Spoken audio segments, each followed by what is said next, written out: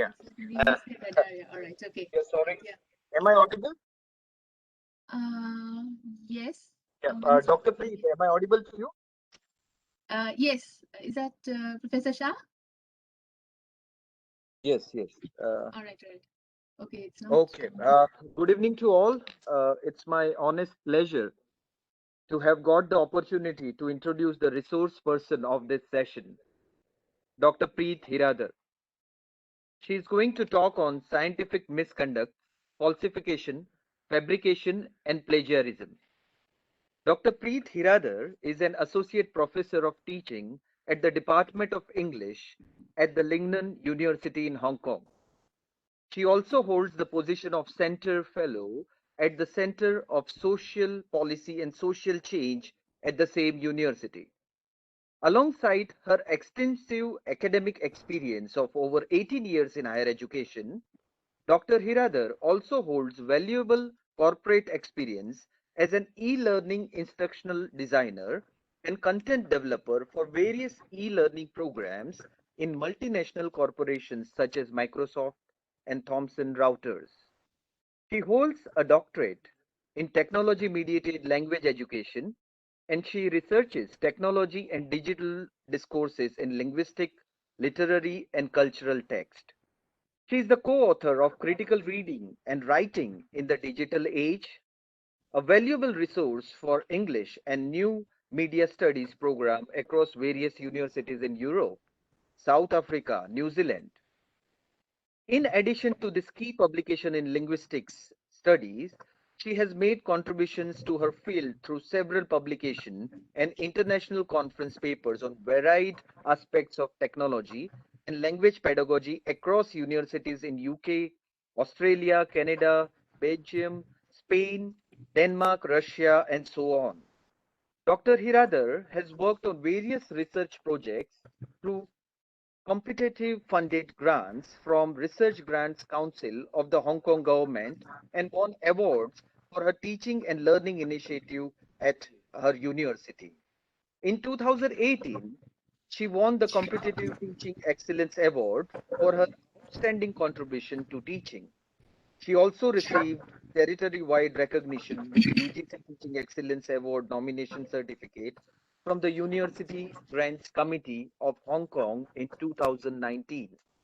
I am happy to share that Dr. Hiradar is alumnus of Department of English, VNSG University.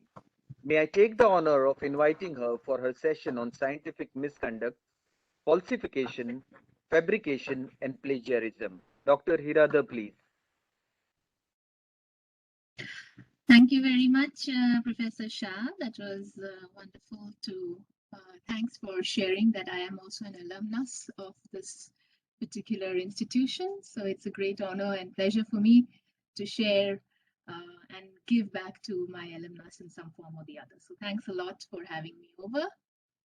I assume I'm audible to everyone. I take it that I'm audible to everyone, and I've been requested to do a bilingual presentation. So I'll try. I mean, the main mode of this presentation will be in English, but I'll try to put in Gujarati as much as possible as I can, where I have to explain certain points. All right, and I'm going to make it as basic as possible, so that because since this is an introductory session on research, right?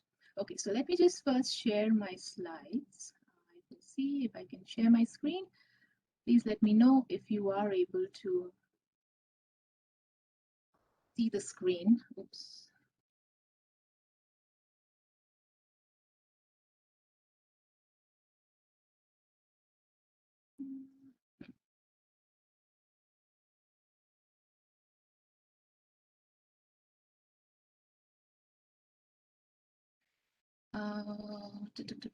Can you all share?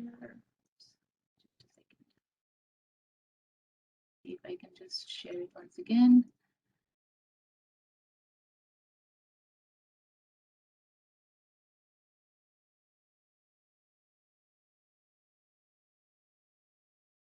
Okay, there you go.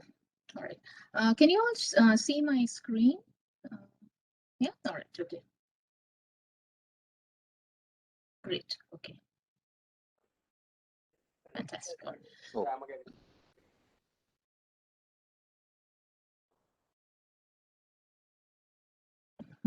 What's wrong with this? All right. Yeah.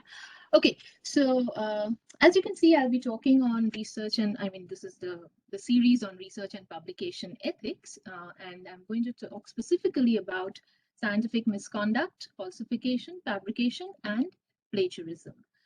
But before we go ahead, I just want to give a brief outline of what you would have achieved by the end of this talk. So we just begin with a very basic understanding of what is research, all right, first, and then we move on to what are the characteristics of a good researcher. After which we dive into research ethics and principles, and then we come to the main topic about different types of scientific misconduct in research in the form of falsification, fabrication, and plagiarism. And finally, we talk a little bit about the tips and the tools for avoiding plagiarism. Now, I know that you have been attending talks on ethics and plagiarism and so on and so forth in the last few days. Of course, it's a kind of a reinforcement of what you have already learned, but I'm sure you'll take away something extra or something more and something more meaningful from this talk as well. Okay, so let's begin with what is research, all right? The very basic question in its very first form. Now, in its most profound sense, okay, research is essentially trying to find answers to questions, right? This is something which we all know. Now, if I just give you, and this is an everyday activity, it's not something that you do, I mean, you do it consciously or unconsciously, you do it every day in some form or the other. So say, for example, you want to look for a mobile phone, which is the best possible price, or you want to look for a laptop, which is the best possible price, affordable one. You go to different shops, you could go to different stores, you kind of look for the different offers that are available to you. You go online, you go to eBay, you go to Flipkart, you go to Amazon, and then you finally decide, okay, which is the best laptop that I can afford, all right? And then you find an answer to that question, all right? In a sense, what you're doing is you're doing some research, right? But this is not exactly this is not what we would call as a comprehensive research, right? So in a more scientific sense, all right, what we know as research is the organized, systematic search for answers to questions that we ask, all right? How do we put it? Organized means વ્યવસ્થિત રીતે આપણે જો step by step questions ના answers શોધતા હોઈએ તો તેને આપણે scientific sense માં we call it research. Right? In other words, it's disciplined inquiry. All right, it's more શિસ્તબદ્ધ, tapas કરવી જે હોઈએ છે, જે આપણે સંશોધન કહીએ છીએ, that is what we understand as research in our academic lives. Now, as PhD scholars, you need to remember that when you are looking for answers, I mean, this is something which you all already know. You might have done some small research projects as part of your MA or as part of your MPhil dissertations. I'm sure you all have been introduced to some. And the way in which you can find answers is basically two ways. One is by looking at what other people have said about a particular issue, which we know as secondary or conceptual research. And it is an essential form of inquiry, of course, because if we do not look at what other people have said about a particular issue or about a particular question, then what you're doing is you're essentially just reinventing the wheel, all right? You're wasting a lot of time by ignoring what other people have already done. So this is something, slide moving problem, somebody is saying. Oh, okay. What do you all see right now? We are able to see only the main screen, ma'am. Which screen? Heading research and public ethics. The main slide, Oh, okay. research and public ethics. Okay, so then what I'll do is I'll just stop and start again. Maybe I'll stop sharing and start again. Can you all see now?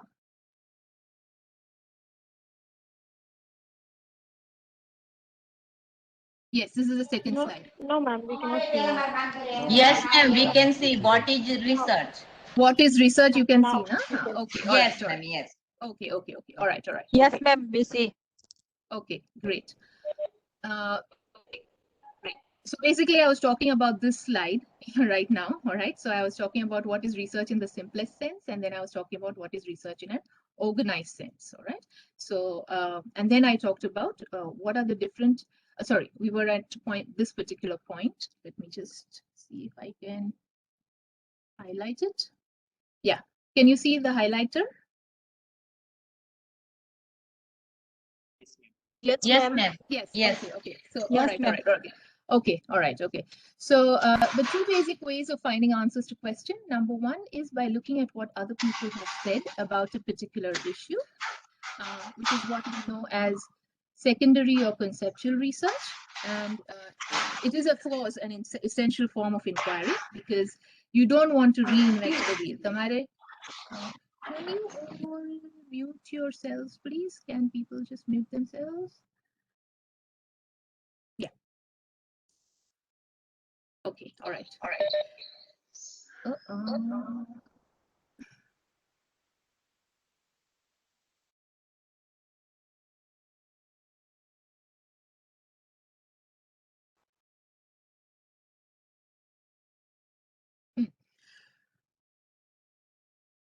Okay. So and of course, I think someone needs to mute themselves because my voice is echoing.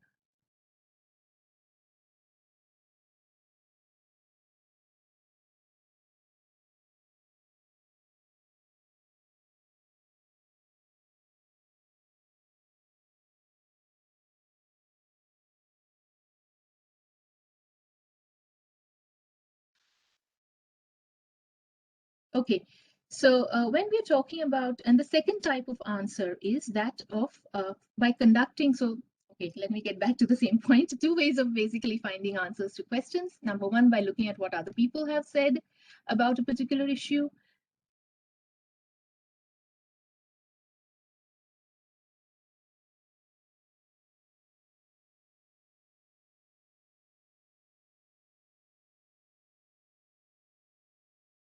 And number two, by conducting one's own research based on data with the help of tools for empirical investigation.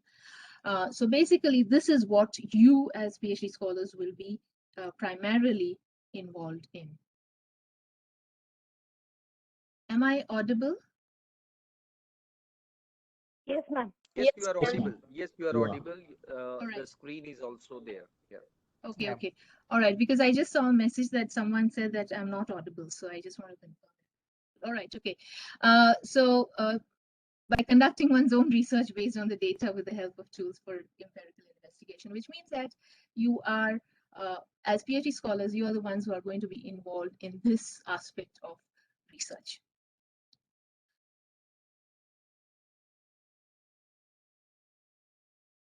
So as primary researchers, so the point that we're trying to make is when we are talking about primary research, what we are doing is we are collecting some sort of information or data and then drawing certain conclusions based on that information and that data.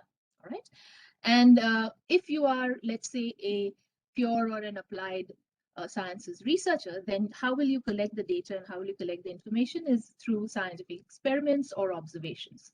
And if you are a humanities or a business or an education or social science scholar, then your primary mode of information collection or data collection would be either through archives or looking at texts, literary texts, communicative texts. You would be involved through collecting data through surveys or interviews or ethnographical accounts. In all of these particular methods, not that you all are not aware of this, it's just that you as a primary researcher would be collecting data and forming your own conclusions based on whatever data has been collected. So this is one way in which we can actually find answers to questions as PhD scholars. So this leads us to the question of how is it, what are the characteristics of a good researcher? All right. And ideally, there would be 4 basic characteristics that we have of a good researcher. One is obviously genuine curiosity. What do we mean by genuine curiosity? If you're really not interested in a topic, mind you, you're doing your PhD for 3 years, 4 years, maybe some universities even have a longer period of time.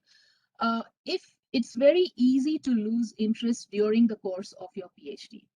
So if you are not genuinely passionate about your topic, it's very easy for you to lose interest. And then what you will do is you will just end up doing your PhD કે બસ મારે હવે પતાવું છે, ફટાફટ હવે બધા ડેટાના બધા findings લખી કાઢું and I'll just kind of submit my thesis. So what you're doing is you're just doing PhD for the heck of doing it. So that's something which would not help you in the long run. So from the very beginning, it's very important that you pick a topic which is worthwhile and something that you feel that you're genuinely passionate about. All right. So that's the first characteristic of a good researcher. All right. The second characteristic that we would say is something like common sense. All right. What do we mean by common sense is that once we get into a topic, that is, once we go deep into a topic, it's quite likely that we may lose focus about what is it that our main question was in the first place. So if you started off answering a larger set of questions and then you entered into that topic, it is quite likely that you may become biased and you may tend to just end up focusing on, okay, my hypothesis amra prove karvi che, and I just want to go ahead and make sure that my hypothesis is correct. All right. So what you do is your topic might tend to be very trivial or very minuscule or something which is like commonsensical, like and then somebody who's reading your thesis may say "Ama su che, ama su navai che," like that question should not arise. All right. So remember, as a researcher, what you're doing is, as a PhD scholar, you should never lose sight of, okay, what is a larger implication of my research. What is it that I, as a PhD scholar, am contributing to to my field, all right, or to my larger context of my discipline, all right? Why is it that I'm doing this? Why is it that I want to find this answer to this particular question? That is something which you need to constantly have at the back of your mind. And therefore, common sense is very, very important when you are doing your, embarking on your journey of your PhD research. Okay. The third one is obviously good ideas. I mean, good ideas without a good idea. I mean, no matter how complex your methodology is, or no matter how complicated and sophisticated your research methods are, like you may use triangulation and you may use all sorts of different kinds of methods to prove your hypothesis or to disprove your hypothesis. If it is not a good idea, it's again going to end up being a meaningless piece of work. So again, you need to make sure that the idea that you have picked has to be worthwhile, has to be meaningful, and has to have some implication in the larger scheme of things. Okay. And finally, which is again something which is related to what we are talking today, is a combination of discipline, reliability, and social responsibility. Okay.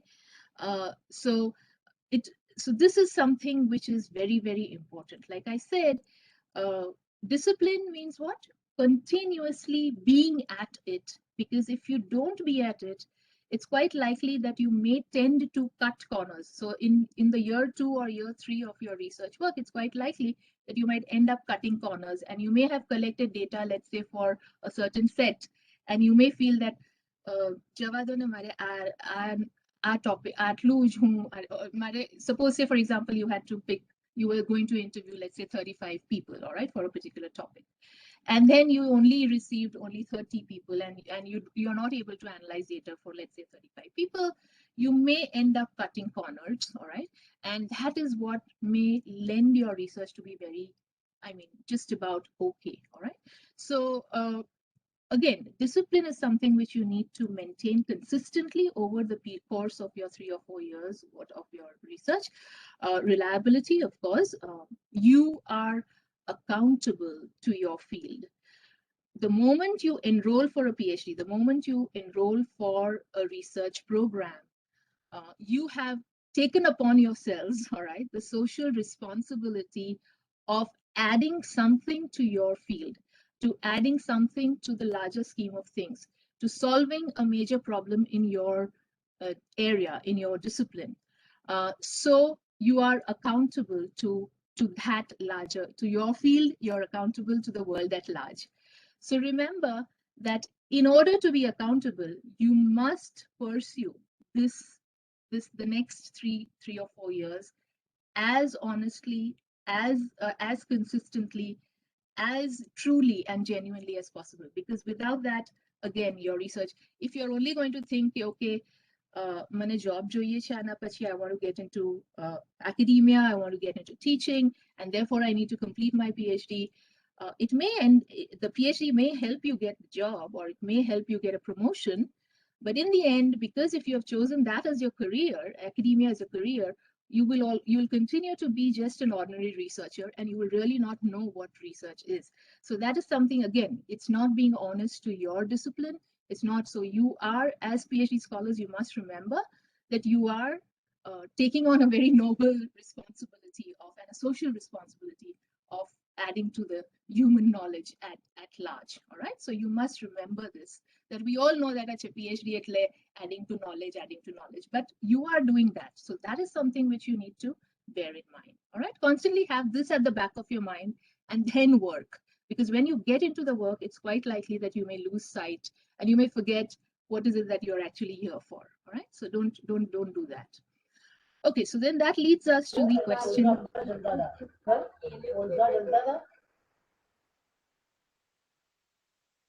That leads us to the question of, oops, I'm stuck. Yeah. Research ethics. Oops. All right. Research ethics.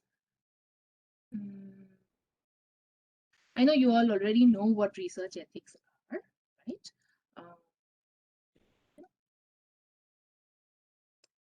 What are research ethics? Obviously, the application of, let me see if I can put the pointer again, the laser pointer. The application of fundamental ethical principles to a variety of topics involving research, design and implementation of research, scientific misconduct, human or animal experimentation, whistleblowing, research regulations. So basically, research ethics is what? That during the entire process of your research, right from selecting your topic, to involving your data collection methods, to your research design, to involving your participants or whatever, your text or your experimental subjects or whatever, throughout that entire process, you must have a certain sense of integrity, research integrity. And you must, right, and up to publication, all right? So not just during the research, but also up to when you're going to publish the research. It's important that you keep this in mind, all right? And every organization or every professional association or institution or universities would generally have a code of ethics, all right? And that code of ethics would normally have more or less these particular principles or these particular features embedded in those code of ethics. Now, depending on what your field is, you must adhere, you must stick to tamare a code of ethics ne tamare constantly dhyanma rakhine j research karvu જોઈએ, because that is something which you must constantly bear in mind. All right. So you have concepts as honesty, objectivity, integrity, carefulness, openness, transparent.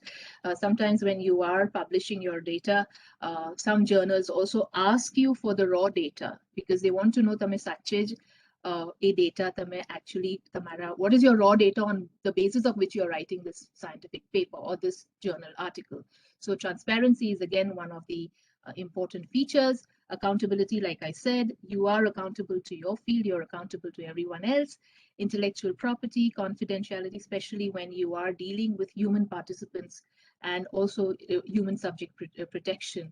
Like especially, let's say if you're an educational researcher and your research is on observing classroom interaction in primary school. So in primary school kids, then it's quite likely that you are going to observe kids, and therefore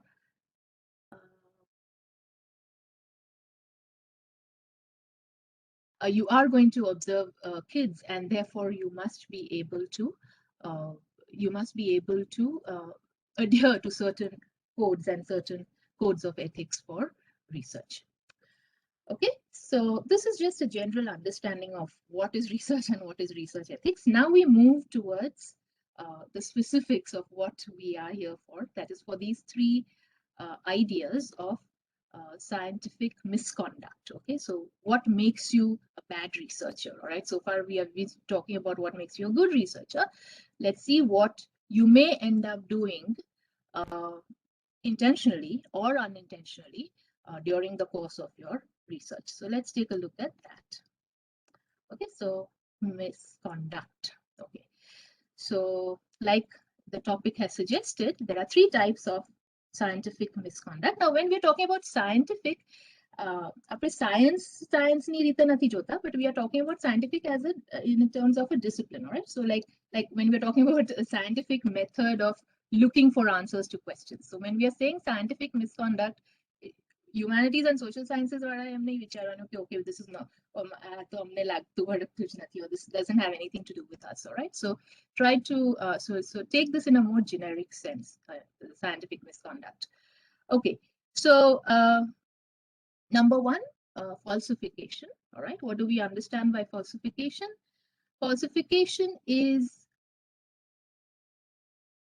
manipulating research materials, images, data, equipment, or processes, or changing or omitting data or results such that the research is not accurately represented.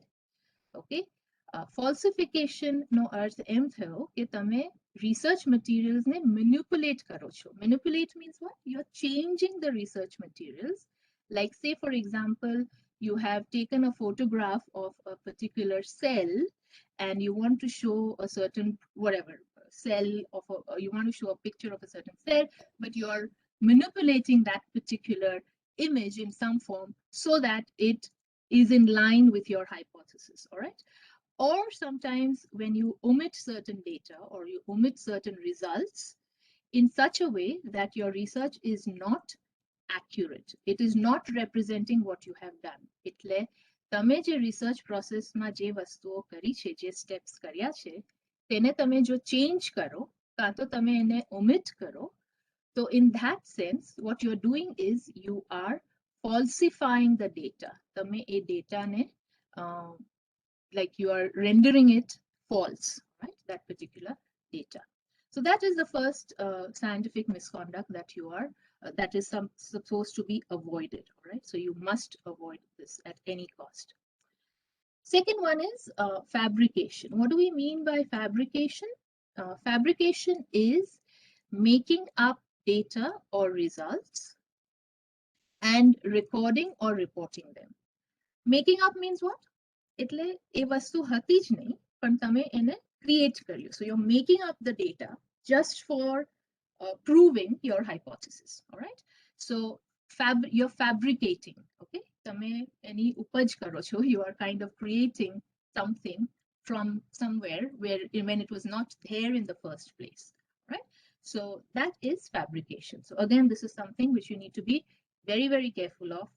Don't try to indulge in doing this at all, because if at all you are caught fabricating the data, then I mean it will show. If you have fabricated the data, then at some point in the research, in the analysis, or in the the testing of the validity and the reliability, it will definitely show that this data is definitely fabricated, because you will falter later on in the different stages of the research process.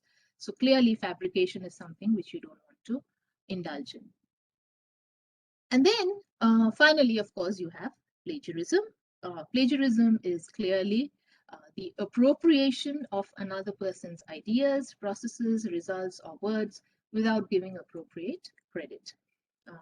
Now, this plagiarism, we'll talk about it a little bit in detail a little bit later. First, let's just look at some examples of falsification and fabrication. Okay. Okay. So for social sciences, say for example, how is it, what counts as falsifying? I mean, what would be an example of falsifying or fabricating the data? So let's say if you are doing a social science or management or education-based research, when the researcher or the interviewer completes a questionnaire for a fictitious subject that was never interviewed. All right. So let's say you said that I had 25 participants and તમને ખાલી 22 participants મળ્યા અને 3 participant નો data તમે પોતે પોતે questionnaire ભરીને તમે લખી દીધો. So what you've done is you have created some, data participants, and you have this is an example of falsification, right? Of fabrication actually. In biological sciences, for example, the creation of a data set for an experiment that was never actually conducted, or so basically, if you are a biologist, or if you're in the pure sciences, if you create a kind of a data set for an experiment, you are doing experimental research, you are working on experiments, and you create a data set, clearly that is fabricating. Or the practice of adding fictitious data to a real data set collected during an actual experiment for the purpose of providing additional statistical validity. All right.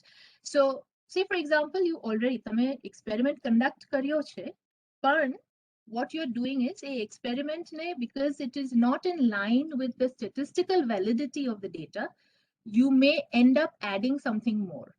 That is fabricating. All right. So you must be careful કે તમારે એ પણ કરવાનું નથી. એટલે when I'm talking about these things, obviously these are things that you have to be staying away from constantly. All right. So it's not about adding, it's about not adding. All right. So whatever your real data is, just work with that real data. Don't try to fit it into the statistical validity. Oh, I want to make it valid. I want to make it in line with my hypothesis. So let me do it. All right. So don't do that. Don't try to do that. All right. And the third, let's say third example of falsification of data would be clinical research. All right. So in clinical research, for example, the insertion of a clinical note into the research record to indicate compliance with an element of the protocol. All right. So see, for example, I don't know if there are any students over here who are into clinical research, because I think medical students have their own set of ethics committees and so on and so forth. But this is just an example that if you are doing clinical research, like you are supposed to follow a set of certain protocols. તમારે થોડા protocols હોય if you want to conduct an experiment, or if you want to observe the effects of a certain kind of a medication or a vaccine on a certain subject or a participant, then you have to observe certain kind of protocols. હવે કોઈક વાર એવું બની શકે છે કે in order to again to in a rush to prove that research right, you may miss out on certain protocols. અને તમે ખાલી એક નોટ લખી દો છો અંદર કે આ protocol follow થયો છે. That is again fabrication and falsification of data. So that is something which again you should never try to do, because if you have missed out on any protocols, then again you are in danger of reporting results which may have real world implications or real life implications in the real world. All right. So again, this is something which you should try and avoid. Are we all clear so far? I mean, I just want to check on, because I've been talking for continuously. So I just want to check if everyone is good. Very clear. Please continue. Yes. Okay. All right. Okay. Great. So let's move on to. Okay. Fantastic. Fantastic. I'm getting a lot of thumbs up. Yes. Great. Thank you. Okay. So let's just move on to the next one. Okay. So this was like one example I think some of you may be aware of, especially those who are in the sciences. Maybe this is a very, very high profile case of falsification and fabrication. Okay. Now I'm just going to read out the case study, and I'm just going to give you a brief explanation of what actually the implications of this was. And this is something in line with what we are actually facing. I mean, not exactly in line with it, but since it's quite relevant in today's time with whatever we are facing with. So, okay. So this, I mean, anyone who's doing medical research, biological research, life science research, or any research for that matter, this is like a case study that everyone has to bear in mind. Okay, this is what we should never end up doing. Okay, In 1998, physician Andrew Wakefield published a study in the Lancet claiming that his research indicated a connection between autism and the measles, mumps, rubella MMR vaccine. Okay.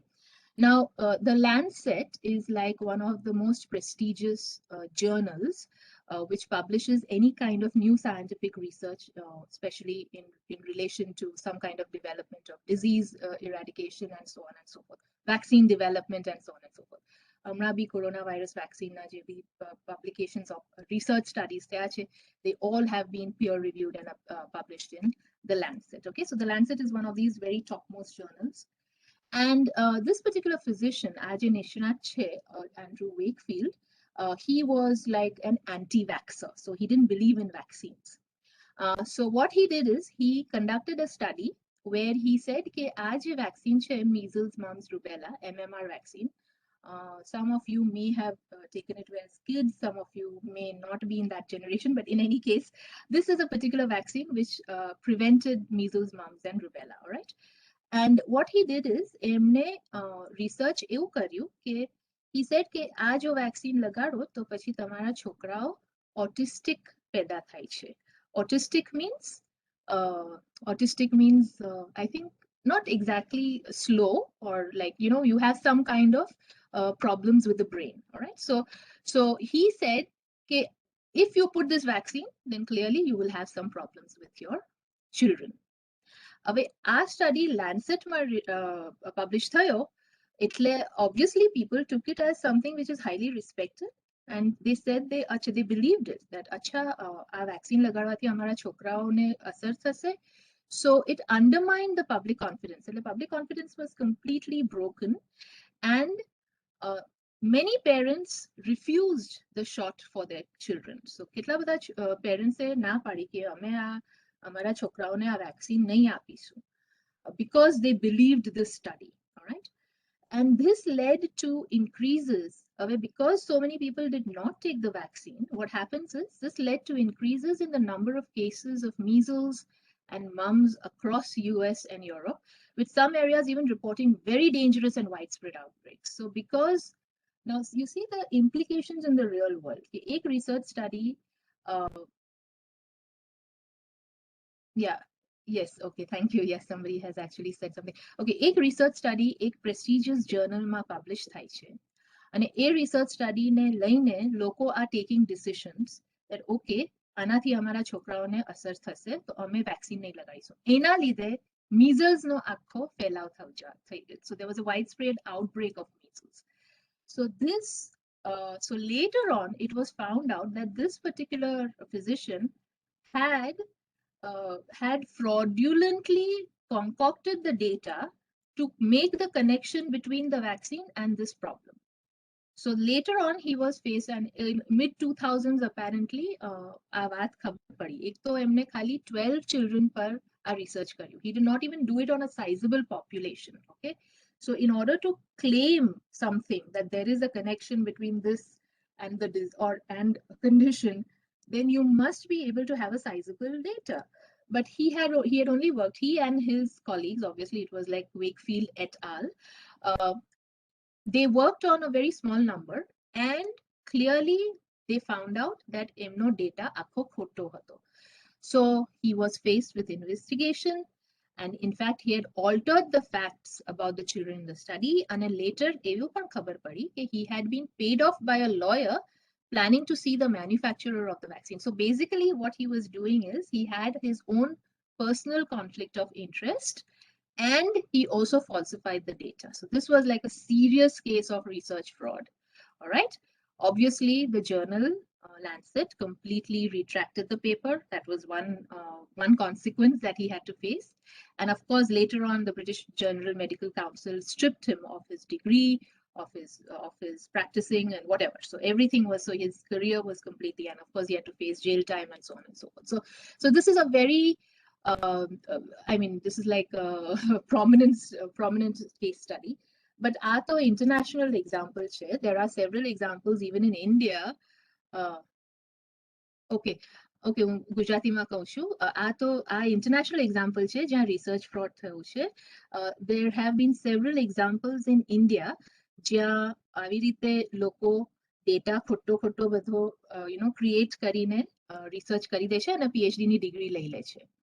Now later on જ્યારે ખબર પડે છે કે આ PhD ની degree લેવામાં આવી છે, બધો ખોટો ડેટા છે, તો પછી then that person, so there have been cases across universities in India. In fact, even in our very own university, we had a similar case.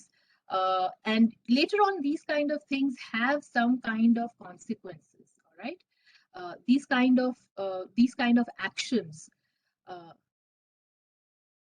Yeah, okay, yeah. Some people are saying that they also saw news about these kind of research fraud in the recent news. Yes, so your actions do have consequences. I mean, these kind of actions do have consequences. Not only in terms of your career or your profession, but also sometimes even emotionally it might affect you very badly. And there have been cases where people have ultimately committed suicide because of all of this being stripped off. So clearly you don't want to get into that area, and you don't want to. Okay, so some of you are saying we don't understand Gujarati, some of you are saying we don't understand English. So I'm just trying to be as bilingual as possible. I can see in the chat messages as possible. Amuk logo ke che ke please Gujarati use karo. Amuk logo ke che I don't understand Gujarati. So just bear with me, because I am trying my best to make sure that I get my point across in both the languages as far as possible. Is that good? Are we good with that? Yeah. All right. Okay. Yeah, okay. Yeah, okay. Thank you. All right, so the point that we're trying to make is that falsification and fabrication is something that you clearly want to steer clear of. All right, it is something jenati tamare duraj revu is a good idea. All right, it's something obviously આ કહેવું નહીં જોઈએ, but obviously આવી વસ્તુઓ થાય છે એટલે તમારે ध्यान રાખવી જરૂરી છે, and તમારે એના consequences બહુ જ severe હોય છે. So you must make sure that you don't indulge in any of such practices. Okay, so that's so far as falsification and fabrication is concerned. Now let's move on to plagiarism. Now plagiarism, I think there was a talk on plagiarism, so I'm not going to go into all those details, but we are going to go on something very, very basic, all right? Something which is more something that you will actually end up doing in practical terms. So I'll try to focus the plagiarism topic on that. Okay, so what is plagiarism? What is plagiarism? To copy another person's work. Okay, so this is the definition of the Oxford English Dictionary. Very basic definition of plagiarism. To copy another person's words or work and pretend that they are your own. This is a very basic definition of plagiarism. But according to, because remember, you all are not ordinary people, all right? You all are PhD scholars, you all are researchers. So you must understand the university, the academic definition of plagiarism, all right? Not just the general layman's definition of plagiarism. So the University of Cambridge defines plagiarism as submitting as one's own work, irrespective of intent to deceive, that which derives in part or in its entirety from the work of others without due acknowledgement. Okay, it's a very long definition, but you don't need to remember everything. The point is that bijanu, okay, let's go further. What are the other definitions available? Appropriating another person's ideas, processes, results, or words without giving due credit by not acknowledging the person's contribution. The presentation of another's work in part or whole as if it were one's own. So all these definitions, these three definitions, they are saying કે બીજા કોઈએ કામ કર્યું હોય અને તમે એને તમારું કામ લઈને ક્રેડિટ લઈ લો છો, તેને આપણે પ્લેજરિઝમ કહીએ છીએ. ઓલરાઈટ, સો બેઝિકલી કામ બધું બીજા કોઈએ કર્યું છે, પણ ક્રેડિટ અને નામ તમારું છે એની પર. So that is essentially plagiarism. So it's not just about words. It's also about ideas. એટલે કોઈનો આઈડિયા હોય અને તમે એ આઈડિયા તમે કોઈની સાથે વાત કરતા હોય અને એ પર્સને તમને કોઈ આઈડિયા આપ્યો હોય idea, I mean, generally what if they have had this idea and you choose to write a paper on that particular idea, that is also plagiarism. Of course, there is no way to find out કે તમે કોઈનો idea ચોરી કર્યો છે કે નહીં, but there is a possibility કે તમે જો કોઈના methodologies કે results કે words તમે કોઈ બીજા પેપરમાંથી કોપી કર્યું હોય, so it is very likely that you will be caught. તમને પકડાઈ જશો અને તમને definitely you will have to face consequences for that. So trying to take credit, all right, for someone else's work is essentially plagiarism, and this is something which you need to bear in mind constantly as a researcher. જો તમે પોતાનું જ research કરવાના હોય તો it's quite likely that you will write your own data and you will write your own, because you are collecting your own data and you're collecting your own results. How to write that, એને કઈ રીતે present કરવાનું analysis માં, એના માટે તમે reference લઈ શકો છો. But that also should not be like a copy paste, exercise. You cannot do that. That is something which is a strict no. So try to be as close as possible to your work, because you know your work best and you know your work, how well you can present it. All right. So the more you do that, the more you try to engage with your work, it's quite likely કે તમે પોતે વસ્તુ કરી છે, એટલે તમને you'll feel good about it and you'll be able to present it. Okay. So basically, that is so far as plagiarism is concerned. But it's quite likely that આપણે પહેલા સ્લાઇડમાં વાત કરી about secondary research, right? Because when you are doing research, what you're doing is you're building on someone else's work.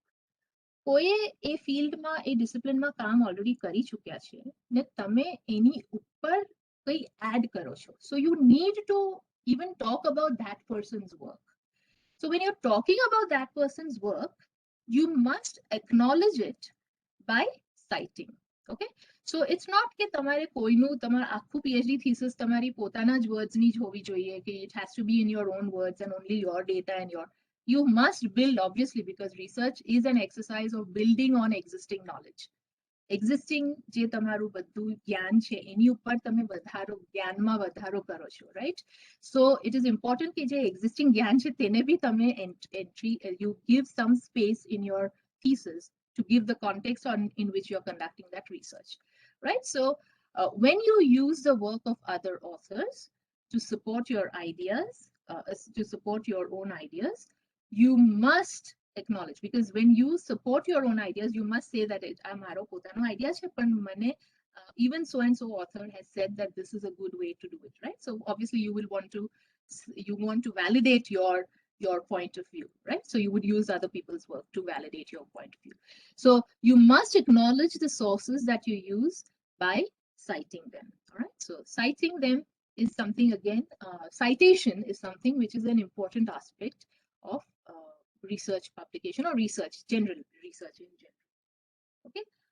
What you should not cite, common knowledge need not be quoted. All right. So what do we mean by common knowledge? So say, for example, you want to say DNA is a genetic material. Right. Now DNA is a genetic material is common knowledge. એના માટે તમે બધા સાયન્ટિસ્ટનું નામ લખવાની જરૂર નથી કે so and so scientists have found out that DNA is a genetic material. All right. Because that is common knowledge. All right. So you should be able to decipher. તમારે એટલું ଧ୍યાન રાખવું જ પડશે કે કઈ વસ્તુ common knowledge છે ને કઈ વસ્તુ કોઈનું રિસર્ચનું રિઝલ્ટ છે અને એ વ્યક્તિનું નામ તમારે સાઇટેશનમાં લખવાની જરૂર છે. Okay. So how do you cite, or how do you quote or paraphrase? Okay, so how do you cite? તમારે citation કઈ રીતે કરવાનું? There are three ways to do citation, right? Quoting, paraphrasing, and summarizing. So you can cite other people's work by either quoting them or paraphrasing them and summarizing them. These are the main ways in which you can avoid plagiarism, all right? When you want to include someone else's idea in your own research or writing. However, like I said, it's quite,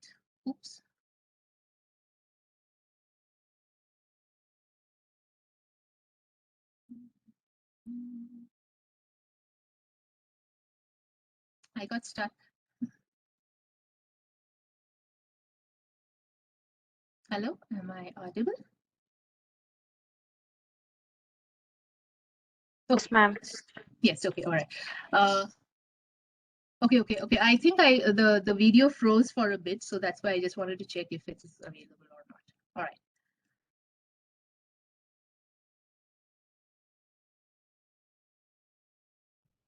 Okay, so how do you avoid unintentional? Yeah, so unintentional plagiarism ક્યારે થાય છે?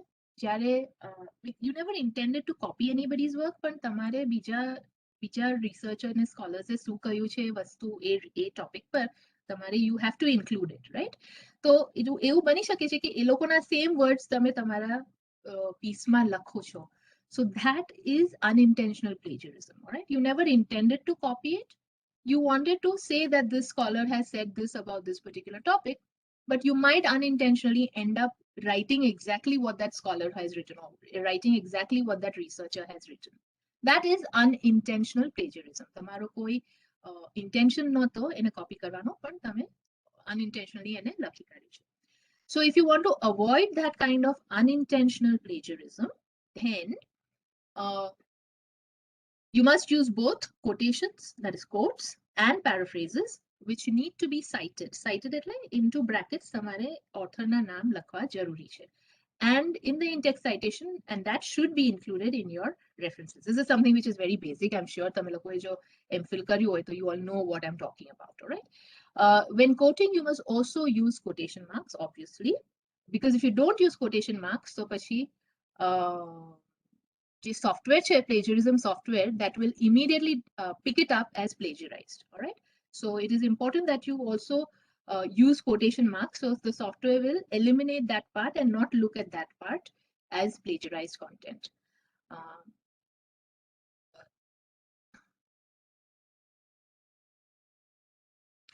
Okay. Paraphrases or summaries need to be well written in your own words. Yeah, this is also something which is very important that you need to bear in mind. Okay, now if you want to know what I'm talking about, ASU shift, summary, paraphrase, quotation, what is all this that I'm talking about?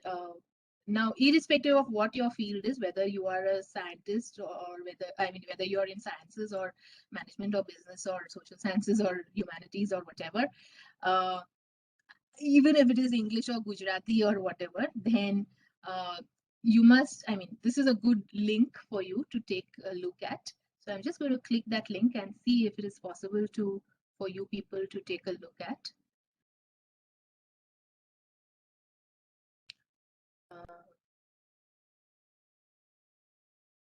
Okay, can you all see the screen? It says Purdue Online Writing Lab. Just raise your hands or whatever and let me know if you can see it. Okay, great. Okay, so this is a very good resource for anyone who is writing, all right, whether your thesis, and especially this is a very good resource for your, when you're doing your PhD and after you are in year 3, when you have started writing your research, all right, when you are especially writing your literature review chapter, all right, you will be using a lot of information about past research. Okay, what is somebody saying? Let me see. Somebody saying something. I need to stop in between to take a look at what is the chat.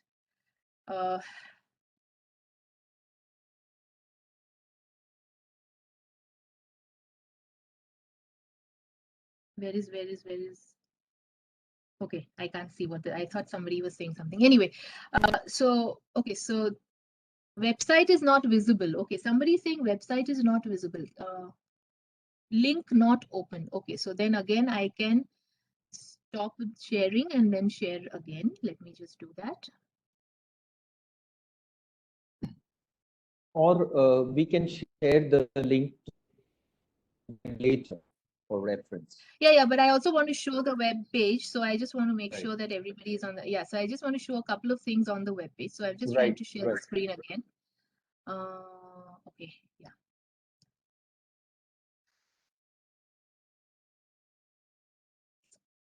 Okay, can you all see the screen? Purdue Online Writing Lab. Yes. Okay, great. Okay, great. Okay, so this is a very useful resource, especially for your what was I saying? Literature review, right? When you're talking about the literature review chapter, I mean, irrespective of which field or discipline you're in, you will all have to write something based on what is a past research, right? And this is a extremely useful website for understanding what I have been talking about in terms of quotation and paraphrasing and summarizing. કે આપણે બીજાનું કામ કે બીજા researchers એ શું કામ કર્યું છે આ ફિલ્ડમાં એ લખવા માટે એ કેવી રીતે લખવાનું એ આ વેબસાઇટ પર તમને details મળી જશે. All right. Now I'm just scrolling the website, and on the left hand side you can see there is a topic called quoting, paraphrasing and summarizing. All right. એટલે આ ટોપિકમાં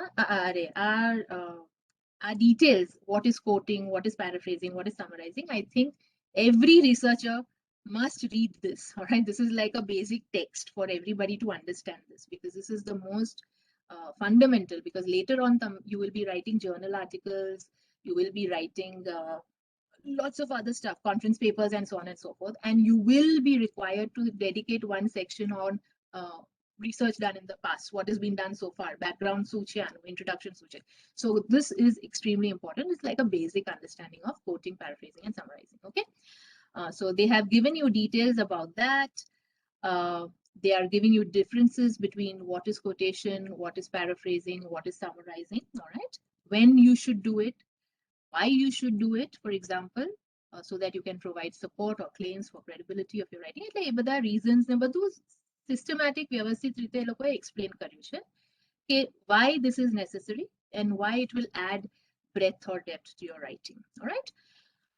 પછી they have also talked about how to use quotations, paraphrases and summaries. કેવી રીતે તમારે આ બધી techniques use કરવાની છે. So they have kind of told how you have to do it. And they have also given an example. All right. So they have also they have shown that there is a sample essay for summarizing, paraphrasing and quoting. They have given a sample essay. Sample essay. And they have given how to do an example summary from the essay, how to do an example paraphrase, and how to do an example. When you are doing your research, you will end up reading a lot of journal articles. અને તમારે આ જ કરવાનું છે. તમારે journal article નો summary, કાં તો paraphrase, કાં તો quotation, main research study શું હતો, તમારે લખવું પડશે તમારા શબ્દોમાં. કે કયા professor, કયા scholar એ શું આ particular field માં શું research કર્યું છે, એ તમારે તમારા પોતાના શબ્દોમાં લખવું પડશે. So you will be ending up reading a lot of stuff, a lot of material. તમે બહુ બધું read કરશો. અને તમે જ્યારે notes બનાવતા હો ત્યારે it is important that you make sure that you start summarizing or you start paraphrasing. So this is again a very important resource for you to go through as scholars. All right. Okay. Now let me again stop sharing, because I know when I'm switching between screens, the screen gets frozen. So I'm just going to stop sharing this, and again I'll share the PowerPoint slide.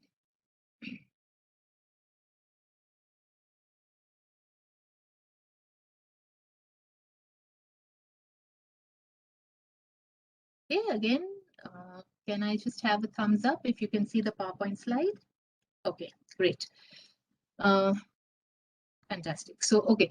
So then, how are we doing for time? Okay, we are almost reaching the end now. All right. So let me just go through. Okay, so now here I have two examples of how to cite, quoting and paraphrasing. Okay. Now I told you કે તમે જ્યારે literature review કરતા હો ત્યારે તમારે બહુ બધા articles વાંચશો ને બહુ બધા topics વાંચશો ને તમારે એ બધાનો ટોપિકના you have to give a context on how you are going to summarize, how you are going to present in your research કે આ scholar એ આ કહ્યું છે કે આ researcher આ કહ્યું છે. Okay, now here you have two samples. Let me again do the laser pointer. All right. Here you have two samples, sample A and sample B. All right. Sample A, my student, is written. Bulimia patients typically binge when they encounter stress and experience negative effect. Patients with bulimia nervosa are low in self-esteem. But into bracket, they have written the researcher's name. Like, whatever, whoever has said this, they have put it into quotation marks, and then they have cited the researcher's names. All right. પછી full stop. Then another quotation mark. Many young women with an eating disorder come from families that demand perfection and extreme self-control but do not allow expressions of warmth or conflict. Again, close quotation marks, Rossman and Baker, another research duo which has done this research. And pachi full stop. Third quotation mark. With regard to bulimia, there may be a deficiency in the neurotransmitter serotonin, which plays a role in both mood regulation and appetite. Again, whatever, Hilgard's introduction to psychology, so on and so forth, and apache references. So this is one example of how to include other people's work into your research and say, okay, so and so scholars are points kaya che, and you're putting them into quotation mark. Sample B is essentially, so this is an example of quoting. Sample B is another example where the student has actually written, bulimia has been associated with stress and negative emotional states, and Garner et al. Claimed that many patients with bulimia have low self-esteem. So what this student has done is, એને ખાલી quotation નથી કર્યું, એને paraphrase કર્યું છે, એને પોતાના શબ્દોમાં more or less what this researcher has found out, એ પોતાના sentences માં they have written. All right. Family factors may also be important, especially in terms of demands they may place on young women and the opportunities they provide for expressing emotions. For example, demanding perfection and self-control, but not allowing expressions of warmth or conflict was said to characterize the families of many young women with eating disorders. બીજા scientist or researcher research કર્યું છે, તેને બી this person has paraphrased. And thirdly, there is also evidence, all right? So there is, so khali quotation nati use karyu. They have said that there is also evidence that neurophysiological factors are important mechanisms in the development of eating disorders. For example, deficiencies of serotonin, blah, blah, blah, all right? So what you can see is both samples are correct. When you are doing your literature review, it's quite likely that you use quotation, but if you want to actually make sense of what that research means to you in your research, it is important કે તમે paraphrase કરો. કારણ કે તમે ખાલી એક quotation, બીજું quotation, ત્રીજું quotation use કરશો, તો પછી it doesn't make sense. It is just like મેં આટલા whatever 35 journal articles વાંચી કાઢ્યા છે ને whatever 12 books વાંચી છે અને મેં બધાને એક literature review નો chapter મેં તૈયાર કરી દીધો છે. That's not the way to go about it. All right. So when you are paraphrasing, what you're doing is you're essentially showing કે તમે સમજ્યા છો કે એ research શું છે, એનું context શું છે, આ researcher આ કામ કર્યું છે અને તમને શું સમજ પડી છે. You are showing that you have comprehended that research and you are actually making your research relevant by showing the context, by establishing the connection between previous research work and what research you are going to present. All right. So it's important that when you write, so clearly, if I want to choose between sample A and sample B, and if I ask you which one of the two samples is a better example of writing, definitely sample B is a better example of writing because it is not only paraphrasing, it's not just paraphrasing, but it's also making sense of the previous research. Previous research no matlab શું છે એ આ paraphrase through ખબર પડે છે. એટલે it is, you are as a student, as a scholar, you are showing કે મને આ research ની સમજણ છે અને આટલું research થયું છે અને મારું research આ add કરશે આ fieldમાં. All right. So what you're doing is you are actually providing a context. All right. You're providing a cohesive, coherent piece of writing and setting the foundation of your own research. So you are showing to whoever is reading your thesis or whoever is reading your article or whoever is reading your work will immediately understand કે આ student ને બરાબર સમજણ પડી છે કે આ ફિલ્ડમાં શું રિસર્ચ થયું છે અને આ સ્ટુડન્ટને સમજાય છે કે કયું પોઈન્ટ એના પોતાના રિસર્ચ માટે રેલેવન્ટ છે. એટલે your paraphrasing skills are actually showing your own comprehension skills. All right. તમારું understanding કેટલું છે એ ટોપિકનું એ તમારા paraphrase થી તમને વાંચનારી વ્યક્તિને ખબર પડે છે. All right. So this is something which you again need to bear in mind.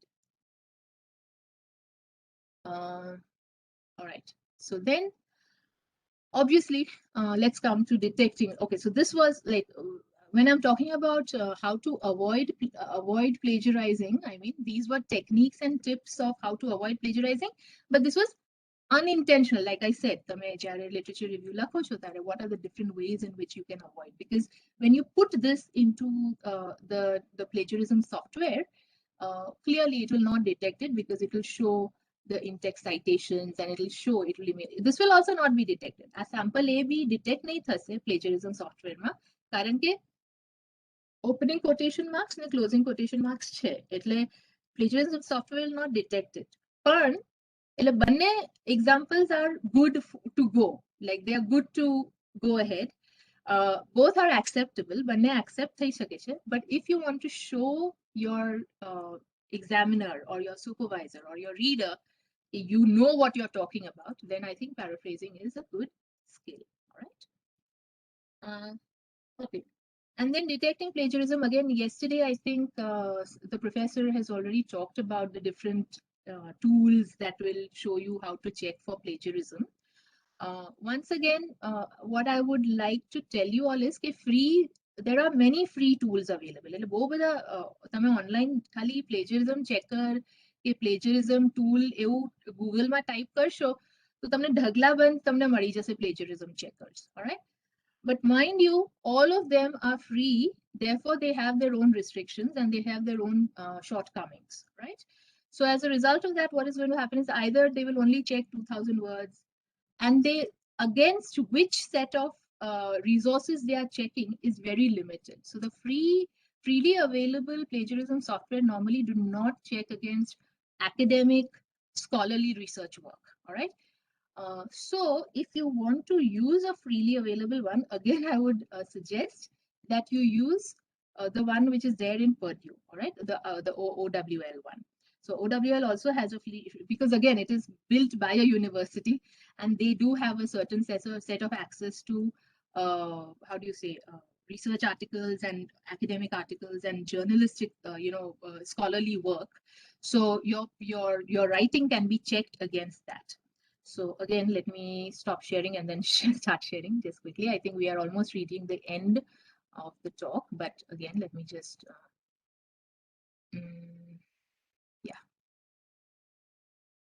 yeah. So this is the link that I clicked right now. Free plagiarism checker by Papers Owl. All right. So again, this is the same Purdue online writing lab plagiarism software chair, the free one. You can type your title here. You can do this. You can check for plagiarism. So there is a higher possibility of you to be able to, because it will be checked against scholarly work. So that's the reason why I'm saying that it's a good idea to use something which is developed by a university as opposed to the other ones. All right. Okay. So then let's just move on to the last bit, which is, sorry. Okay. So this is one which is freely available. The second one is obviously the paid ones, where you have institute. I mean, I think someone said that Urkund or Ukun, whatever, however you pronounce it, is free, but I think it's free to a certain extent and not for certain. So I think many universities have in India, from what I understand, is they have bought licenses for this particular software. Many international universities are using Turnitin and Authenticate. These are again institutional licenses. So I think it would be worthwhile if institutions can actually pay for licenses of this and make it accessible to PhD scholars. Until that time, you as PhD scholars can rely on the freely available ones to check for plagiarism. All right. So that's one for thing. the time being, research guides have access to Urkund. Oh, fantastic! So then that's great. So that's really that's scholars can contact research guides or supervisors, right? The PhD supervisor. Yeah. Okay, fantastic. So yeah, you would know better. Yeah, what's available or not. Yes, so that's great.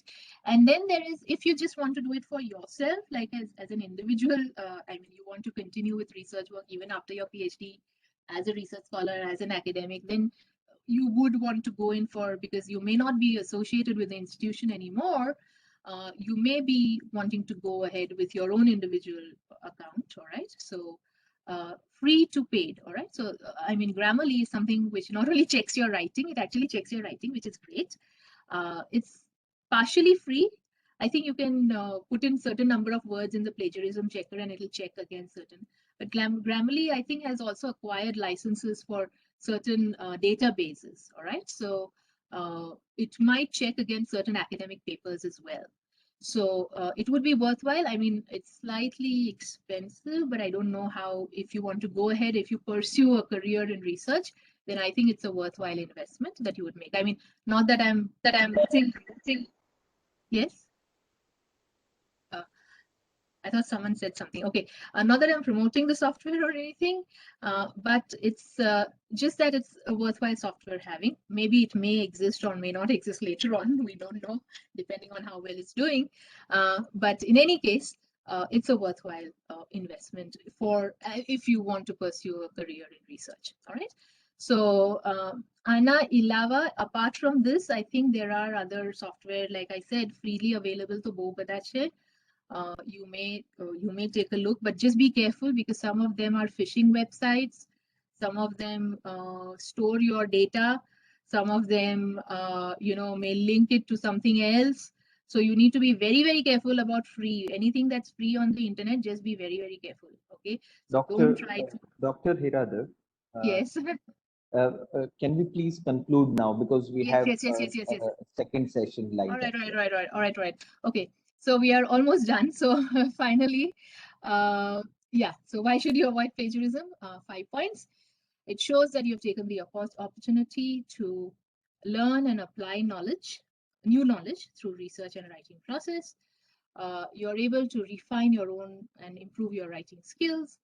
It shows that you have drawn your own, you have read the resources, all right, and you have processed the information and you've come up with your own conclusions as a result. Like I said, તમે પોતે research કર્યું છે, તમે પોતે જ information process કરી છે, and you have understood what the research is. So that's a good, that is why you should avoid plagiarism. It's also fairer to the original author because he or she is given credit. તમે જેનું કામ કર્યું છે તેને તમે due credit આપો છો. That's also a good sign of a good researcher. And finally, if you're not plagiarizing, you are gaining credibility as a serious researcher entirely, right? So your foundation in research is going to be really strong once you kind of develop these skills of doing research. All right, so that's it for today, and thank you very much. You can contact me at ph@ln.edu.hk or anytime, or you can follow me on Twitter. Thank you very much. If you have any questions, ask. You're free to ask. I don't know if we have time, that is. Hello ma'am, sorry, मेरा ये पूछना था ma'am कि अगर हम check कर रहे हैं वहाँ पे अपने रिसर्च को, तो क्या हम सभी लैंग्वेज में उधर चेक कर पाएंगे? हाँ, ये एक प्रॉब्लम है कि ये जो भी इंटरनेशनली अवेलेबल सॉफ्टवेयर है वो ज्यादातर इंग्लिश में है, वो एक प्रॉब्लम है. तो आप हिंदी या गुजराती का हाँ, मेरा हिंदी है तो मुझे यही जानना था. हाँ, अनफॉर्चुनेटली ये पॉसिबल बहुत डिफिकल्ट है कि अभी तक कोई प्लेजरिज्म सॉफ्टवेयर फॉर हिंदी और गुजराती नहीं बना. That's the reality. So if you're doing a literary study in Hindi or Gujarati or any other regional language, तो फिर वो possible शायद उसकी possibility कम हो जाती है. पर at least आप अगर ये principles याद में रखोगे, ध्यान में रखोगे कि अच्छा ठीक है, मुझे paraphrase करना है, मुझे same to same words नहीं use करने हैं. अगर आप ये ध्यान में रखोगे तो आपके जो भी external examiners है या जो भी आपका वाइवा ले रहे हैं, वो उनको समझ में आएगा कि आपने ठीक से अपना research किया है. So that will be something which is really important, all right? You're showing that you are a serious researcher with integrity, in fact. Okay, thank you, ma'am. Yeah. Thank you so much, ma'am. We will now conclude with this session. It was honest pleasure to you, and I'm sure students will agree to this, that you could provide comprehensible input, and Hello, am I audible?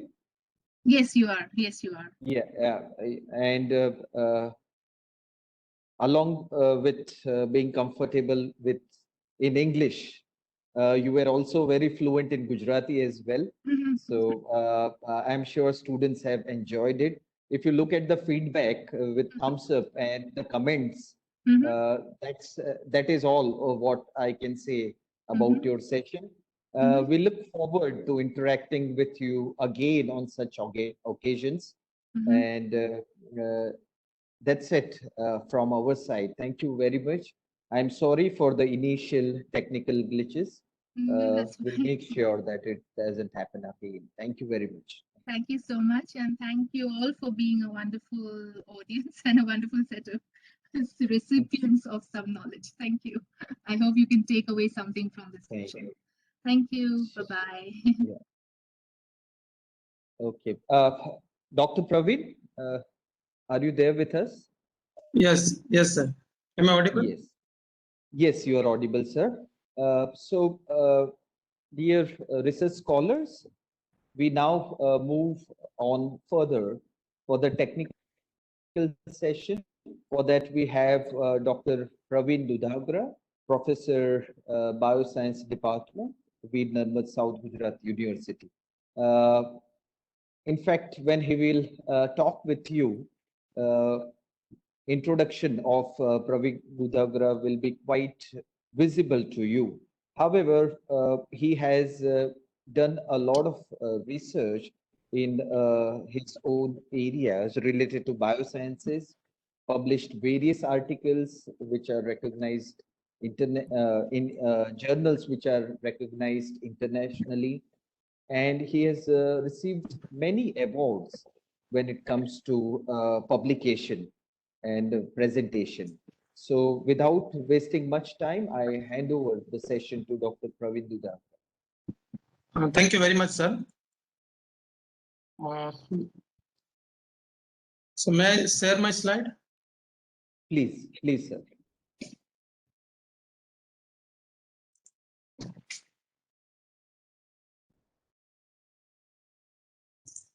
So is it visible, sir? Hello, No, Sunil, sir. Not yet. no, it is not visible.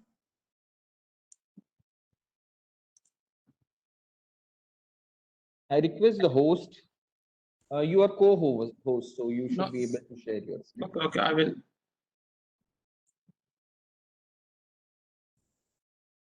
Okay, now.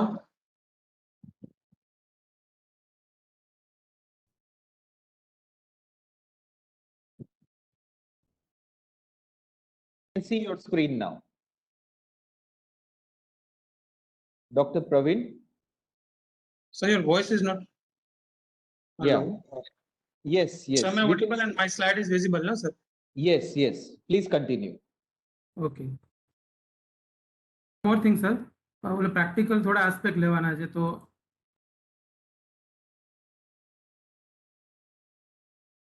Hello Yes. Okay okay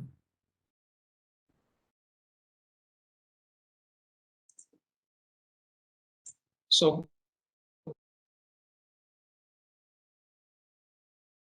going to discuss journal selection and finding. The madam already discussed a lot about the plagiarisms, how to avoid plagiarism, and many other particular tools to avoid or to check the plagiarism.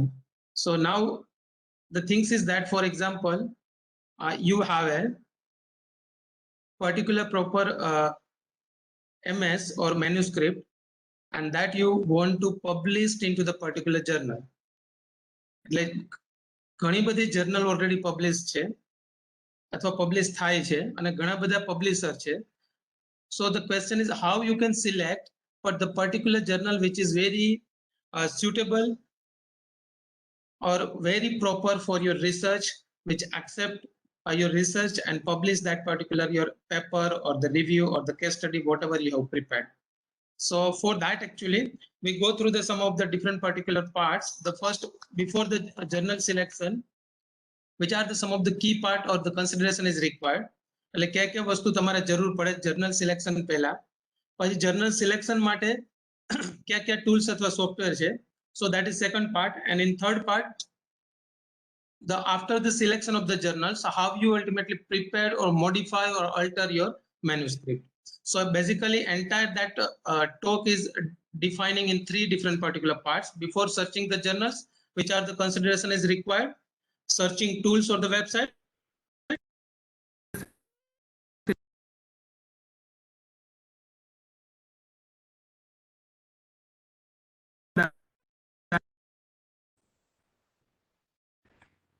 So journal selection mechanism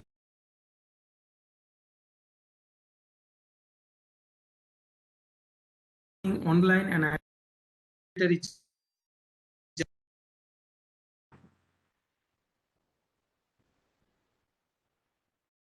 Sunil sir, am I audible? Sir, you're not audible. Sometimes your voice breaks, otherwise you are audible.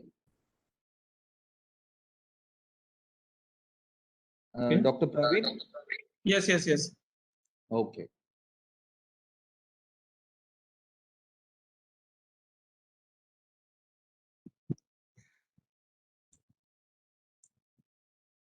Okay, am I audible now?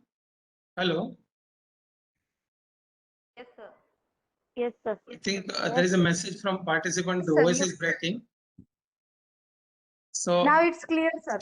Now okay, it's okay. clear. Thank you. Thank you, sir. So the things is that you have to identify which are some of the predatory journals published by the predatory publisher and which are the peer-reviewed journals. I mean non-predatory or the standard authentic journals. So this is the main particular problems in the contemporary era. Second, that is describe the novel digital tools that assist with identifying the right journal for the research project or the research manuscript. And third particular objective to finding the journal, that is understand the role of the association such as think, check, submit and others in facilitating the effective journal selection. If you select the journal very proper, your citation of the paper will be increased. એટલે તમે જે journal select કરો છો ખરેખર peer reviewed હોય, એ UGC notified હોય. અત્યારે તમને ખ્યાલ છે being a PhD student, બરાબર, મિનિમમ એક તમારા પેપર UGC noted જર્નલમાં તમારે અથવા નોટિફાઈડ જર્નલમાં કરવાનું હોય છે before the the thesis submission. એટલે તમે જો જર્નલ સિલેક્શન જ એ રીતે કરો કે જેથી કરીને બહુ સ્ટાન્ડર્ડ હોય, peer reviewed હોય, ઇમ્પેક્ટ ફેક્ટર હોય, તો એ વધારે સારું થાય તમારા માટે અને તમારા ગાઈડ માટે ક્રેડિટ ગણાય. One more thing is that why there is a need to ultimately find out the journals, because the growth of the journals, okay, starting from 1985 to the 2020-21, it is very alarming rate. So the things is that every year the thousand of the journals in different domain અથવા તો જુદા જુદા વિષયમાં નવી નવી journals publish થાય છે. અમુક જર્નલ છે અમુક પબ્લિશ કરતા હોય, જ્યારે બીજી અમુક જર્નલ છે એ બીજા જર્નલ પબ્લિશર પબ્લિશ કરતા હોય. That means there is a n number of the journals, I mean every year added. No doubt few old journals or few particular discontinued journals are also there.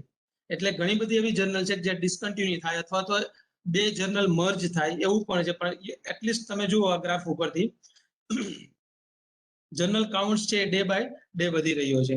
Even એલ્સવેર નામનો એક publisher છે એલ્સવેર, એ 2500 different journals has been produced by the elsewhere. એ જ રીતે તમે જુઓ તો RSC કરીને છે, એમરાલ્ડ છે, સાયન્સ સિવાય જે કહી શકાય એવા જે એજ્યુકેશન સાયકોલોજી અને સોશિયોલોજીકલ સાયન્સમાં સેજ કરીને છે, ઓક્સફર્ડ છે, તો એવી ઘણી બધા પબ્લિશર છે કે જે every year, every month new journals એ લોકો લોન્ચ કરે છે. So the things is that sometimes you confuse that my paper. Hello. Yes, sir, you are audible. Okay. So many times you confuse that whether my review or my case study or my paper is published in which particular journals. I mean, which is the special journals which is generally offer me to or give the particular high priority for the communication of your paper or your review.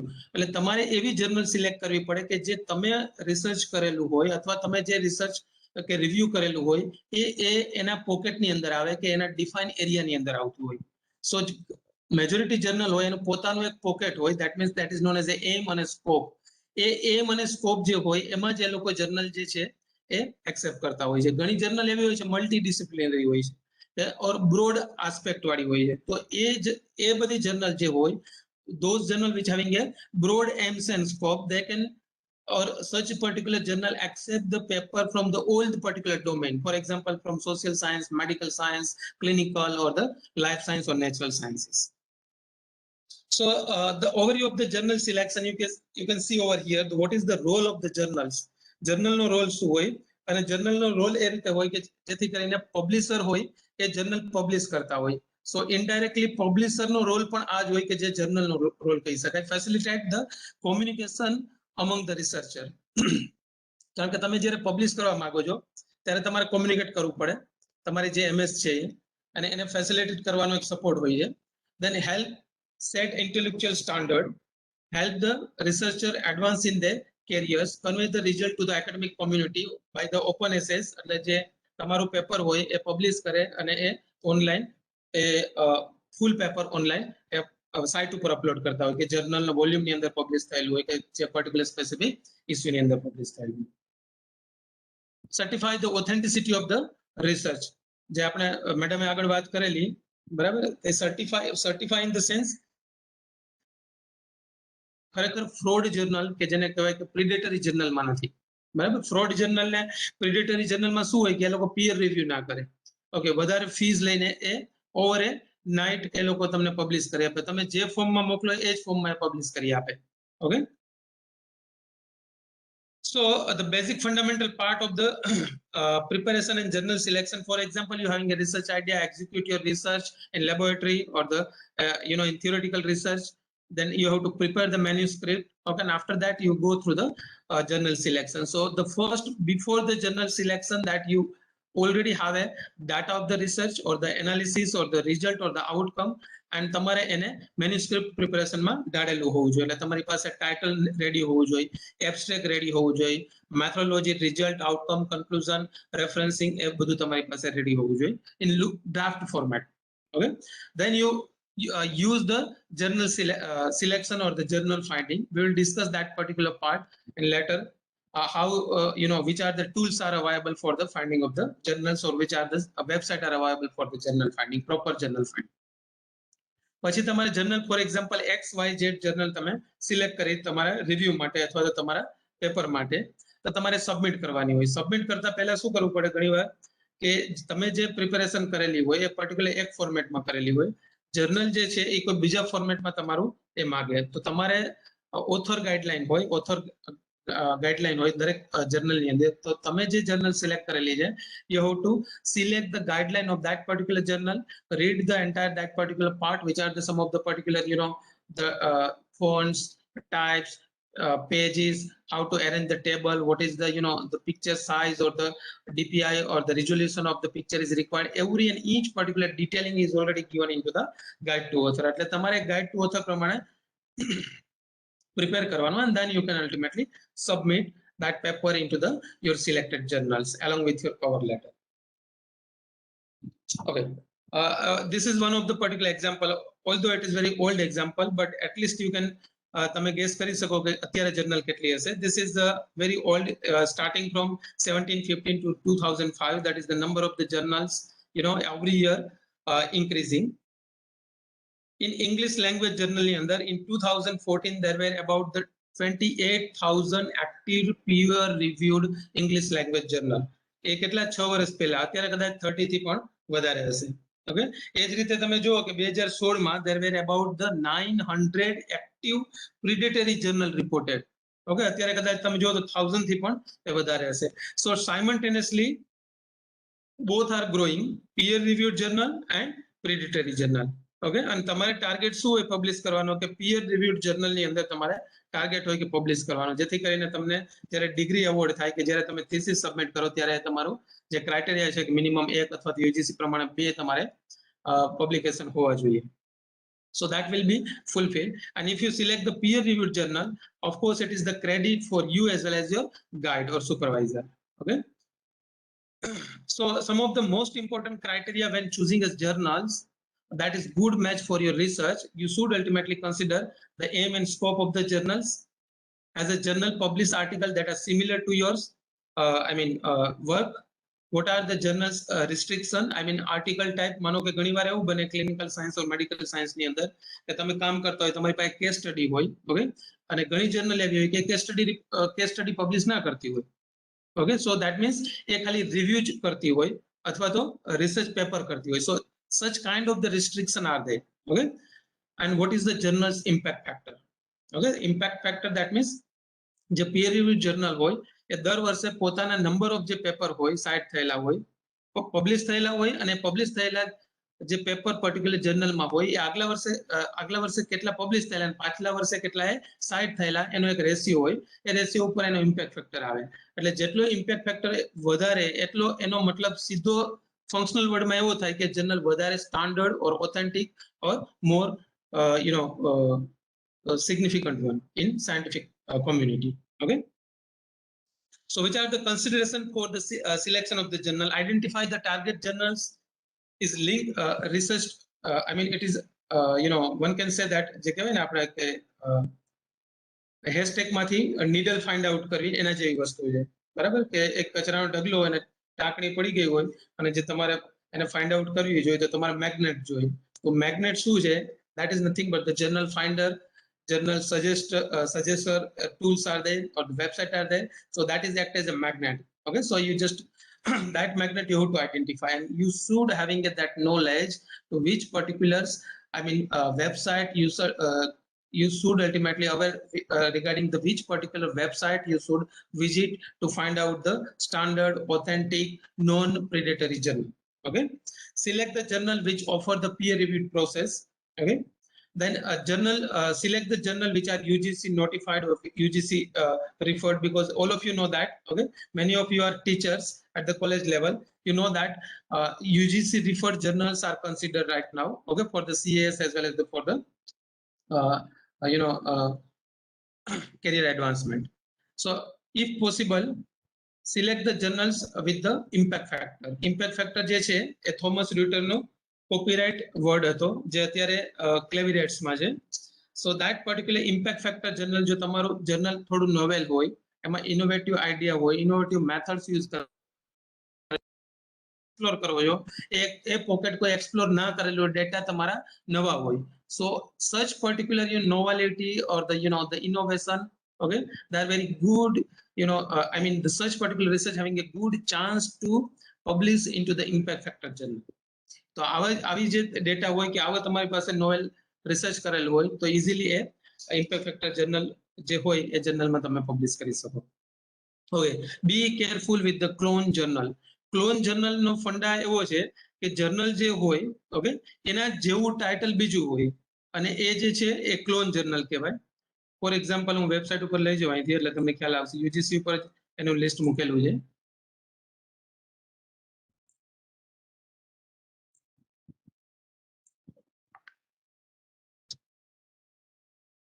જો Sunil sir, my screen is visible, no? Yes, sir, it is visible. Yes, sir. Okay. જો આ journal છે આબ્રુ, બરાબર? Okay, thank you. આ journal છે, આ clone journal છે. જો એમાં શું ખાલી ડિફરન્સ શું છે? આબ્રુ છે, પાછળ એને જર્નલ નામ લગાવી દીધું છે. ક્લિયર? ઘણી બધી આવી જર્નલ છે. જો તમે અક્ષર ગાથા, તો આમાં અક્ષર ગાથા પાછળ જર્નલ, નો ડાઉટ એ મરાઠી જર્નલ છે, પણ રિજનલ લેંગ્વેજની ઘણી બધી એવી જર્નલ છે, ગુજરાતીની, હિન્દીની અથવા મરાઠીની, કે જેમાં આવું ક્લોન જર્નલ છે. એટલે આ જે જર્નલ જે હાઇલાઇટ કરેલી જર્નલ છે, જે હાઇલાઇટ કરેલી કોલમ છે, દે આર ક્લોન જર્નલ. એટલે એને યુજીસી કેર લિસ્ટમાં ઇન્ક્લુડ નથી કરેલી. I again repeat, okay, they are clone one. Okay, એટલે જેવી જર્નલ હોય એવી કોઈ એને થ્રુ ધ ફ્રોડ એને બનાવેલી હોય. ઓકે, એટલે આવું ઘણું બધું લિસ્ટ છે, તમે આની ઉપર જજો, લિંક આમાં આપેલી છે, પછી હું શેર પણ કરી દઈશ. ઓકે, એટલે જે કહેવાય ને ગુજરાતીમાં ભરતા શબ્દો રાખીને એમને બનાવેલી હોય. ઓકે, આવી લિસ્ટ છે, 2 લિસ્ટ છે આવા. ઓકે, એ તમે જોઈ શકો છો.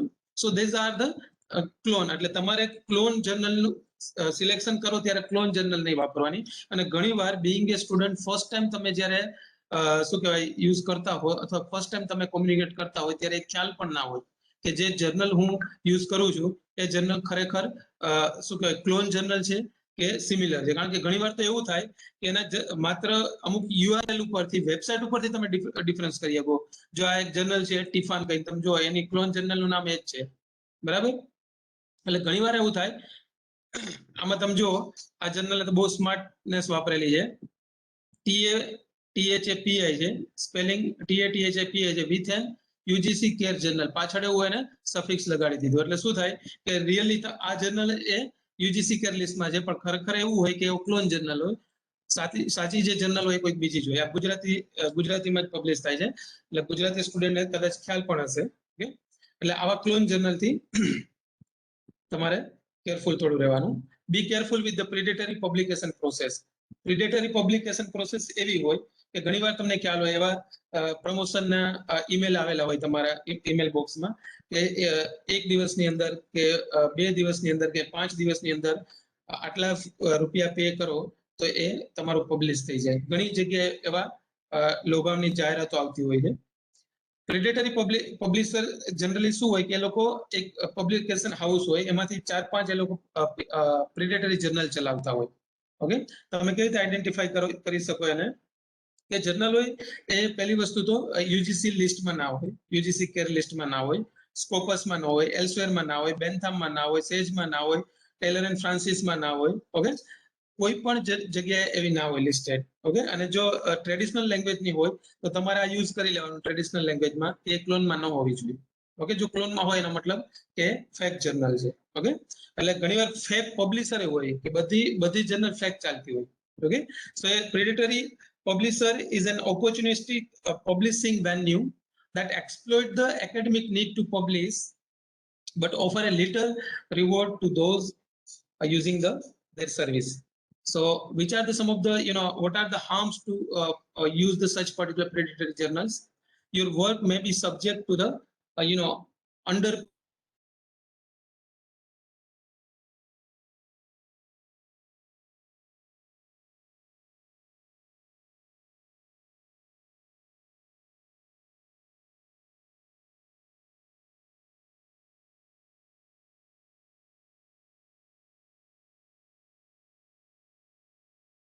You are not audible.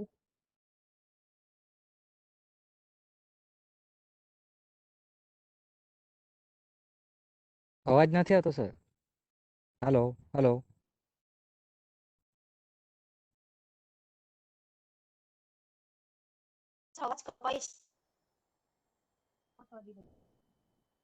Hello. અવાજ Hello. આવતો Sir, you are not audible. Dr. Praveen, you are not audible.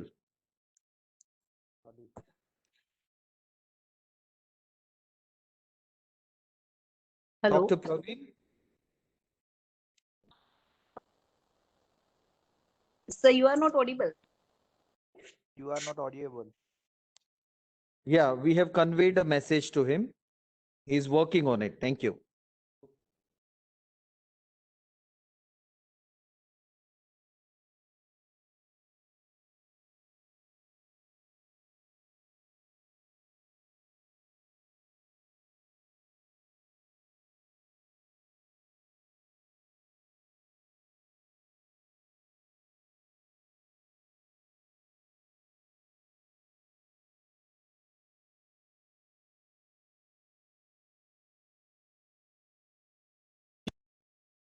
Message આવે છે તમારે ત્યાંથી.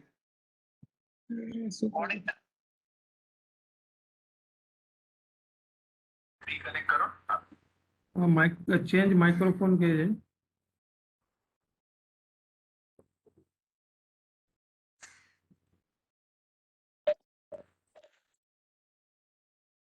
All students are requested to wait. Dr. Praveen is trying to solve the Okay, technical. am I audible, sir? Yes, you are audible, loud and clear. Thank you, sir. Okay. Hello, sir. Can I suggest something? Yes. Sir, if the camera is not required, if you off your camera, it will use less bandwidth and the voice will be not cracking again and again. Camera is already Yes, on. sir. Sunil sir, it will be fine if you will Dr. switch off the Praveen, camera. if it's a network issue, just turn off your camera. Okay, no problem.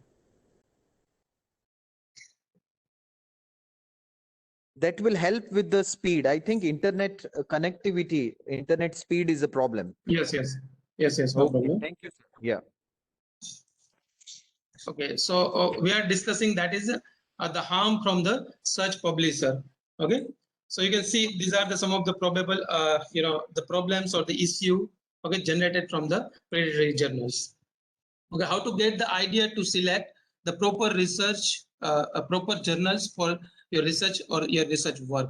Okay, first of the things is that if you're having any particular knowledge from the supervisor or your senior, okay, any particular journals you heard, you just type into the website and go through the URL, and if you success in that particular, visualize that particular website of that journal, okay, you just go through the about the journals. About journal એટલે journal વિષયમાં માહિતી આપેલી હશે. Okay, આ journals ક્યાંથી publish થાય છે, ક્યારથી publish થાય છે, and some detail હશે કે કયા aspect થી publish થાય છે.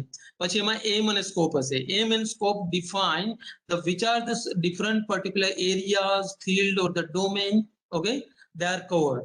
એટલે ક્યાં જુદા જુદા research જે હોય, subject હોય એ cover કરે છે, એ aim અને scope માં હોય. Okay, so based on that you can ultimately get the idea, yes, this is the proper journal for my research or not. Type of the article published by the journals, એટલે તમારું review હોય તો review publish કરતા હોય એવી journal તમારે select કરવાની. એ generally problem નથી હોતો. મેજોરિટી જર્નલ પણ ઘણીવાર એવું હોય છે કે અમુક જર્નલ છે સ્પેશિયલી રિવ્યુ જ પબ્લિશ કરતી હોય અથવા કેસ સ્ટડી જેવું જ પબ્લિશ કરતી હોય, એ રિસર્ચ ના કરતી હોય. Okay, accept theoretical, applied research, clinical and laboratory research, જે પણ લાગુ પડતું હોય એ પ્રમાણે તમારે એમાં સર્ચ કરીને જોવાનું. ઓપન એક્સેસ આપે છે કે નથી આપતા, એટલે તમારું જે ફૂલ પેપર છે એ ફૂલ પેપર એ લોકો એક્સેપ્ટ કરે છે અને કર્યા પછી ડિસ્પ્લે કરે છે કે નહીં. એટલે ડિસ્પ્લે જે કરે છે એ ચાર્જ ઉપર કરે છે કે વિધાઉટ ચાર્જ કરે છે, એને ઓપન એક્સેસ કહેવાય. Okay, so basically there is a two types of the journals based on to the scope, the broad scope journals. So broad scope journal having again two types: top tier journals, that is nature journal, ઘણા નામ સાંભળેલું હશે, science, cell. Okay, they all are ultimately the journals which having a more competitive and lower acceptance rate. એનો કેટલા percent હોય? 1%, 2%, 5% હોય. શા માટે? કે જે top tier journals હોય એનો impact બહુ high હોય, એમાં જો novelty હોય તો જ એ publish થાય. ઓકે, એટલે જો નોબેલ લોરેટ્સ ના મેજોરિટી જે પેપર્સ છે એ બધા આવી જર્નલમાં પબ્લિશ થતા હોય. મેગા જર્નલ હોય. Mega journal in the terms of they are multidisciplinary sometimes in the nature. Okay, like plus one છે, peer જે છે, તો એ બધી જર્નલ્સ કેવી હોય કે એમાં કોઈ પણ પેપર એ લોકો એક્સેપ્ટ કરે. ફોર એક્ઝામ્પલ, જો આ peer જે છે, સ્ક્રીન વિઝિબલ છે ને? Hello Sir. Yes, sir. Screen is visible. Okay. જો આ પ્લસ વન જર્નલ છે, હું અત્યારે પ્લસ વન જર્નલના વેબ પેજમાં URL માં છું. એમાં જો તમે અહીંયા સર હા. F5 કરી દેજો, સ્ક્રીન ના મોટી થઈ જશે. સ્ક્રીન, સર મેં સ્ક્રીન જ શેર કરેલી છે. હા એટલે પેલું એને સ્લાઇડ વ્યૂ માં કરી દેજો ને. યસ, નાનું દેખાય હજુ છે. હા, સ્કોપમાં જાઓ તમે, તો સ્કોપની અંદર તમે જો અહીંયા હું હાઇલાઇટ કરું છું. Okay, the plus one welcomes the original research submission from the natural science, medical science, engineering, as well as the social science and humanities, including primary research, systematic submission of methods, software. Understand? No, so that means all the particular field of all the particular field of the science, medical, humanities, social, all are ultimately covered by the journal. So such journals are ultimately mega broad or interdisciplinary journals. Okay, and they can offer or they can accept the all the types of the research from the different particular domain. Another journals, they having a narrow scope. Okay, scope of the journals are very specialized. For example, traditional research journal chalti અથવા society link journal હોય. Hello, હા કહી દો. So scope of the journals, they are very narrow, not a broad. For example, different level of the specialisation હોય. માનો કે cancer હોય, general ની સ્પેશિયલ હોય. માનો કે વોટર રિસર્ચ હોય, સ્પેશિયલી એક જ ફોકસ હોય. શું હોય? Water research. એટલે વોટર રિસર્ચ ઉપર એ પબ્લિશ કરે. Okay, so they are very narrow and they are run by the some society, some traditional foundation. So for example yeast research એટલે ખાલી એક ઈસ્ટ ઓર્ગેનિઝમ ઉપર જર્નલ્સ. ઓકે, જે માત્ર વોટર રિસર્ચ થતું હોય, જે રિસર્ચ વોટર ઉપર થતું હોય, વોટર બોડી ઉપર થતું હોય, એની ઉપર જ એ એક્સેપ્ટ કરે અને એવા જ એ પબ્લિકેશન કરે, તો એને સ્પેશિયલાઇઝ્ડ જર્નલ્સ કહેવાય. Okay, so how do I choose the right journals? So I think partially we already covered. Aim to reach the intended audience for your work. Choose only one journals, as simultaneously submission are not generally possible. એટલે તમે એવું ના કહી શકો કે મારે બંને જર્નલમાં સાથે એડ કરવું છે.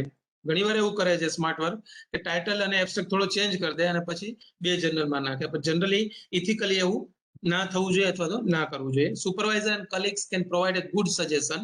એટલે એવી જર્નલ હોવી જોઈએ કે જેમાં સુપરવાઇઝરે પબ્લિશ કરેલું અથવા એને ખ્યાલ હોય, અથવા તમારા કલીગ સિનિયર જુનિયરને ખ્યાલ હોય, તો એ રીતે પણ તમે કરી શકો. Shortlist the handful of the candidate journals. એટલે તમને ખ્યાલ હોવો જોઈએ કે હું જે વર્ક કરું છું, ફોર એક્ઝામ્પલ હું સોશિયોબાયોલોજીમાં વર્ક કરું છું, તો મને ખ્યાલ હોવો જોઈએ કે આટલી જર્નલ છે સોશિયોબાયોલોજીમાં છે. ઓકે, લેંગ્વેસ્ટિકમાં વર્ક કરતા તમને ખ્યાલ હોય છે કે આટલી જર્નલ જે છે એ લેંગ્વેસ્ટિકમાં જનરલી પબ્લિશ કરે છે. આઈ મીન તમારું પેપર અથવા તમારું વર્ક જેવું પેપર એમાં પબ્લિશ થાય છે. Okay, you can also ultimately explore the aims and scope type of what we are ultimately discussed earlier, speed of publication, peer review process, bibliometrics, content innovation. એ પણ ઘણું બધું તમારે મહત્વનું હોય છે before selection of the journals. Okay, you can see over here the one graph. Okay, that is the top 20 world largest publisher by volume.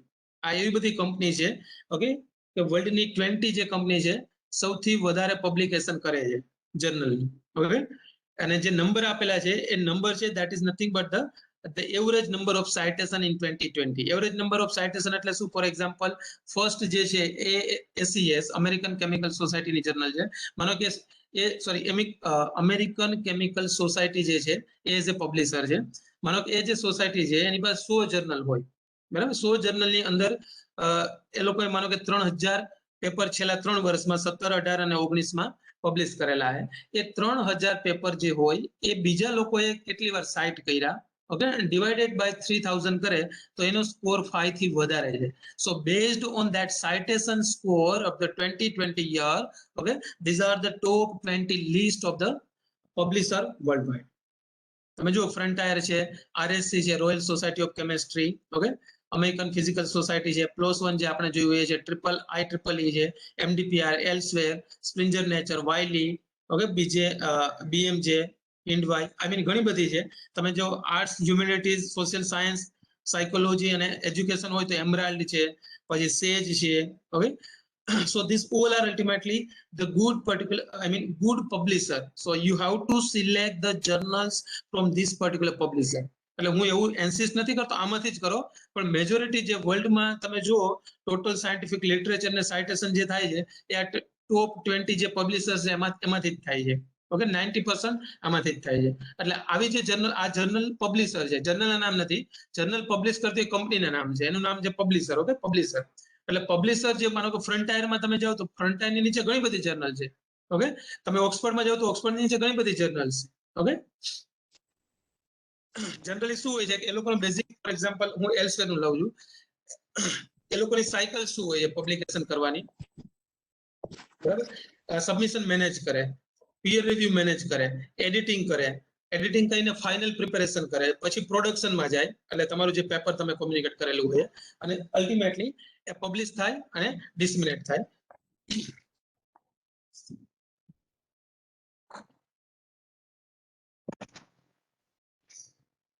So this is the cycle of the publisher. એલ્સવેરનું છે એ જ રીતે તમે બીજાનું તમે જો સ્પ્રિંજરનું, +1 નું, એમરાલ્ડનું, સેજનું, દરેકના generally step આ જ હોય. તો ટોટલ આ લોકોની 5 શું કહેવાય પિલર હોય અને એ સાયકલ થ્રુ પબ્લિકેશન થતું હોય. જો આ એલ્સવેરના data 30 to 60% papers are rejected by more than the 13,000 editor. એટલે ટોટલ જે માનો કે એ લોકો યરલી 1 લાખથી પણ વધારે છે, માનો કે 10 લાખ પેપર સબમિટ થતા હોય એલ્સવેર પબ્લિશર ની અંદર જુદી જુદી જર્નલમાં, તો એમાંથી 30 to 60% તો રિજેક્ટ થાય. ક્લિયર? એ લોકો પાસે મોર દેન 5.5 લાખ થી પણ વધારે રિવ્યુઅર છે કે જે રિવ્યુ પેનલ હોય, જે એક્સપર્ટ હોય એ રિવ્યુ કરતા હોય. ઓકે, 3,65,000 એ એક્સેપ્ટ કરે છે paper. Okay, 1.4 million accepted article globally each year, અને 12.6 million article online available છે, અને greater than 700 millions downloaded by the more than 11 million researcher into the 120 country. એટલે આ કદાચ દરેકમાં જુદું જુદું હોય, કારણ કે અમુક અમુક કન્ટ્રીમાં જ એ ઓફર કરતા હોઈએ. Okay, but majority US, European country અને એશિયન કન્ટ્રીમાં એલ્સવેર જે સાયન્સ, મેડિકલ સાયન્સ, ઓકે, એમાં વધારે એ ફેમસ છે. એ જ રીતે માનો કે ફ્રન્ટાયરનું એક ગ્રુપ છે, બરાબર, ટોપ 3 માં છે અત્યારે. સો ફ્રન્ટાયરનું સ્ટેટિસ્ટિક તમે જો 1.4 બિલિયન આર્ટિકલ વ્યુડ એન્ડ ડાઉનલોડ. અને નીચેનો જે મેપ છે ગ્લોબલ, એમાં તમે જુઓ ઇન્ડિયા જે છે વ્હાઇટ કલર જે ઇન્ડિકેટ કરે છે કે ત્યાં વધારે એસેસ થાય છે, ડાઉનલોડ થાય છે. યુએસ છે, બધા યુરોપિયન કન્ટ્રીઝ છે, Australia, China, Japan, okay, Philippines, many other countries are there. 2.2 million article એના સાઇટ થાય છે. This is the source from website Frontier in 2021. Okay, so this is regarding the nothing but the some of the particular statistic regarding the publisher who which publish the different particular journals. ઘણી બધી journals છે publish કરતા. So before the selection of the journals, okay, which are the some of the consideration you have to ultimately required? First, are you ready for the publish the paper or not? તમારી પાસે ready work હોવું જોઈએ, original research હોવું જોઈએ, method હોવું જોઈએ. Okay, એ publishable હોવું જોઈએ. I mean, one can say that it should be a publishable. તમે ડિસ્પ્લે કરી શકો, પબ્લિશ કરી શકો એવું હોવું જોઈએ. ઓકે, અપ ટુ ડેટ હોવું જોઈએ. ઘણીવાર કેવું થાય, ફોર એક્ઝામ્પલ મેં રિસર્ચ 2015 માં કરેલો, હવે હું સ્ટાર્ટ કરું કે now I want to publish that particular part research into the sub journal. શું પ્રોબ્લેમ શું આવે કે મારા રેફરન્સ હોય એ ઓલ્ડ હોય, કારણ કે 2015 માં મેં રિસર્ચ કરેલું ત્યારે મેં ડ્રાફ્ટ કરેલું, એટલે એવું ના હોવું જોઈએ. ફર્સ્ટ પ્રોબ્લેમ આ જ થાય છે PhD કરતા હોય. Okay, this is my special request for you. For example, you are starting your experimental work, data collection, sampling, everything. Okay, within the particular year or within the 2 year you have to acclimatize, assemble the all particular data in a fruitful way and publish as possible as early.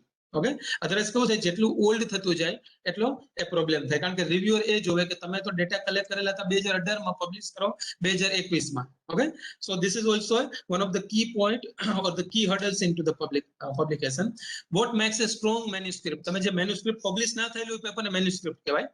Okay, સો તમે જે prepare કરો છો draft paper, that is nothing but the manuscript. A clear હોવું જોઈએ, useful હોવું જોઈએ, અને જે મેસેજ એમાં જે મેસેજ હોવો જોઈએ ક્લિયર, યુઝફુલ અને એક્સાઇટિંગ હોવો જોઈએ. એટલે જે રીડર હોય એ તમારું ટૂંકમાં મેસેજ આઈ કેચિંગ હોવો જોઈએ.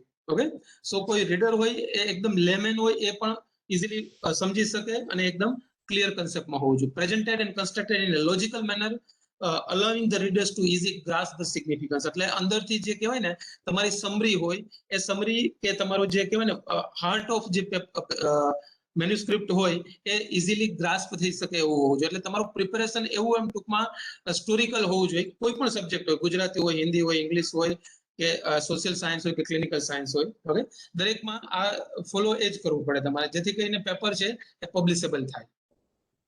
What article types should I choose? Sorry. Okay. What article types should I choose? Okay, એટલે તમે ફૂલ આર્ટિકલ કરવામાં ઘણીવાર કેવું હોય, તમારું વર્ક છે એક લોજિકલી ખરેખર સારું હોય પણ એટલું ઇલેબોરેટ ફોર્મમાં ના હોય.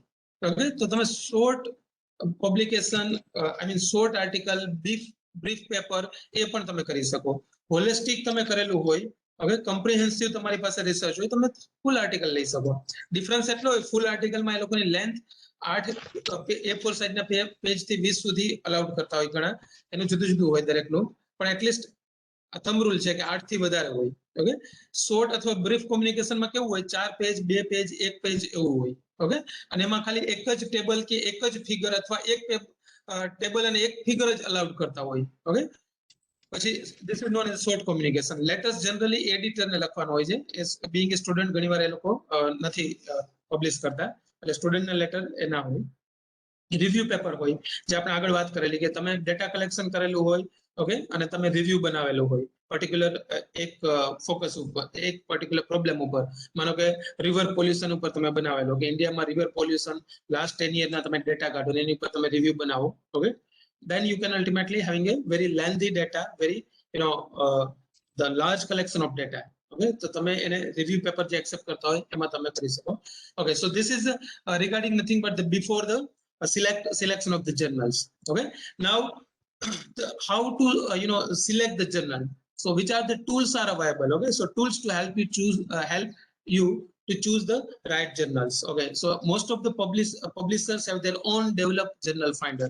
એટલે મેં જે આગળ તમને નામ લીધા મેજોરિટી જર્નલના પબ્લિશરના, સોરી, એ દરેકને પોતાનું એક જર્નલ ફાઇન્ડર છે, ઓકે, અથવા જેને કહેવાય જર્નલ સજેસર છે. ઓકે, તો એ તમારે ફાઇન્ડ આઉટ કરવાનું. પહેલા તમારે નક્કી કરવાનું કે શેની અંદર તમારે કરવું છે, કઈ કઈ પબ્લિશરની અંદર કરવાનું છે, એ પબ્લિશર ઉપર તમારે જોવાનું. માનો કે ઇંગ્લિશ લેંગ્વેજમાં જે રિસર્ચ કરતા હોય તે લોકો ઓક્સફર્ડની ઘણું બધું હોય છે એમાં કરતા હોય.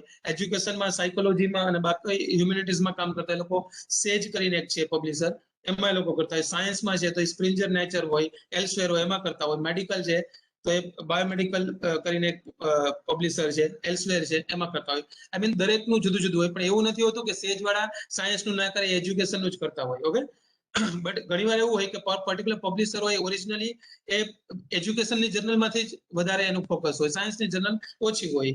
Okay, so you have to add the title of the research paper and abstract. I mean you have to add, that means તમારે પ્રિપેર કરવું પડે, કારણ કે સર્ચ કરવા માટે ટાઇટલ અને એબ્સ્ટ્રેક્ટ ની જરૂર પડે, કીવર્ડ્સ ની ઘણીવાર જરૂર પડે, તો તમારી પાસે હોવા જોઈએ. Okay, select your journal, I mean research domain and subject. Okay, એગ્રીકલ્ચરનું છે, સાયન્સનું છે, લેંગ્વેજનું છે, સોશિયલ સાયન્સનું છે, વેટરનરીનું છે, એ રીતે તમારે જોવું પડે. Okay, advance search is also offered by the different publisher.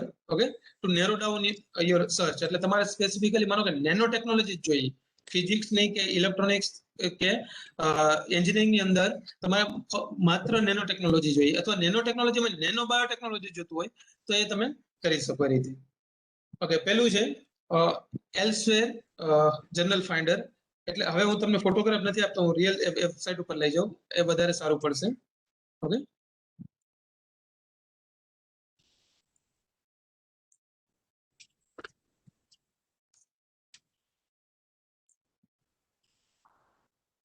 Screen is visible ને? Yes, sir. ઓકે, હવે માનો કે એક મેં ઓલરેડી પબ્લિશ કરેલું છે, હું ખાલી જસ્ટ બતાવું છું. માનો કે એક રિવ્યુ છે, મેં ઓલરેડી એલ્સવેર માં પબ્લિશ કરેલું છે, બરાબર? એટલે હું આ ટાઇટલ એડ કરું છું. Okay, Not the website is not visible. Your PPT is visible only. If you are sharing website, we are unable to see that.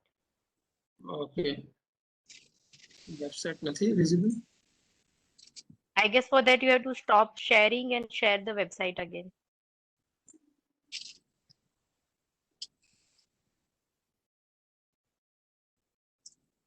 Okay, website share કરું છું, બરાબર? Okay, now visible. Okay, Not visible, sir. Yes, it is there. We can see the Visible? website. Visible. Okay, sir. Visible, sir. Voice નથી આવતો તમારો. It's Visible, visible, sir. sir. Website is visible. Visible no? Okay, so આ Elsevier finder છે, બરાબર? Journals નું એલ્સવેર finder છે. ગૂગલમાં તમે type કરશો એટલે આવી જશે. એની અંદર તમારે ટાઇટલ એડ કરવાનું, ઓકે, અને પેપરનું એબ્સ્ટ્રેક્ટ કરવાનું.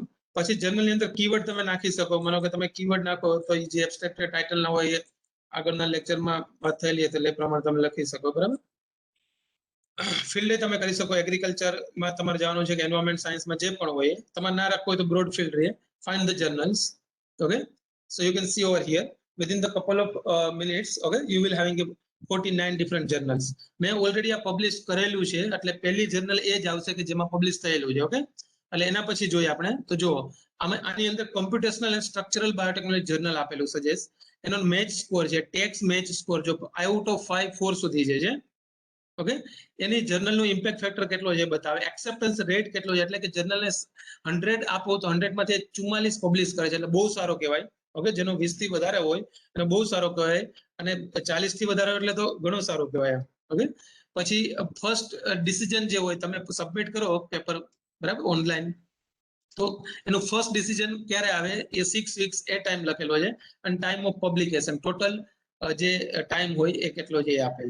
ઓકે, એ જ રીતે બીજી જર્નલ્સ છે, આની પર ક્લિક કરો એટલે તો તમને ખ્યાલ જ હશે. Okay, you just click over here, the journals URL, I mean homepage will be open. Okay, and then you can go through that particular part. Okay, is it clear?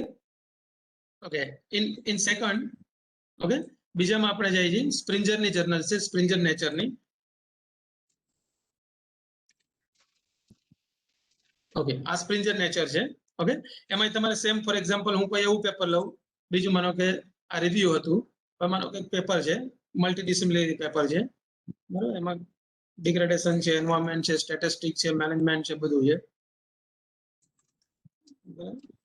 આ મેં પેસ્ટ કર્યું ટાઇટલ અને area તમે લખી શકો, આમાં ના લખો તો પણ માનો કે કેમિસ્ટ્રી વાળા સ્ટુડન્ટ છે chemistry. Okay, suggest journal. Okay, you can see over here. Is it visible, no sir? Hello. Yes, sir. Okay. So you can see over here the International Journal of Environmental Science and Technology. Environment Science and Technology Journal મને offer કરે based on that abstract and title. Okay.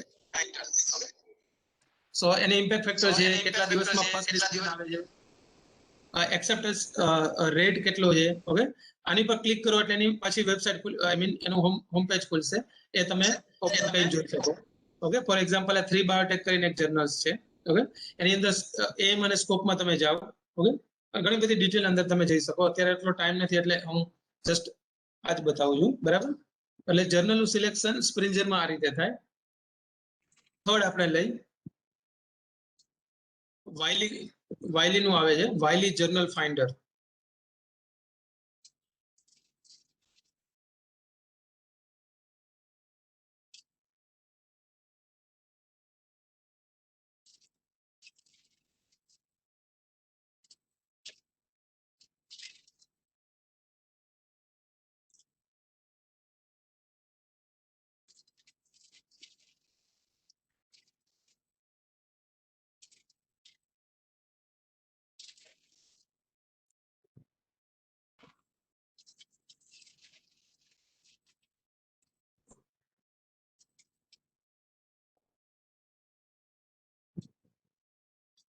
Sir, am I audible, sir? Yes, sir, you're audible. Yes, sir. Okay.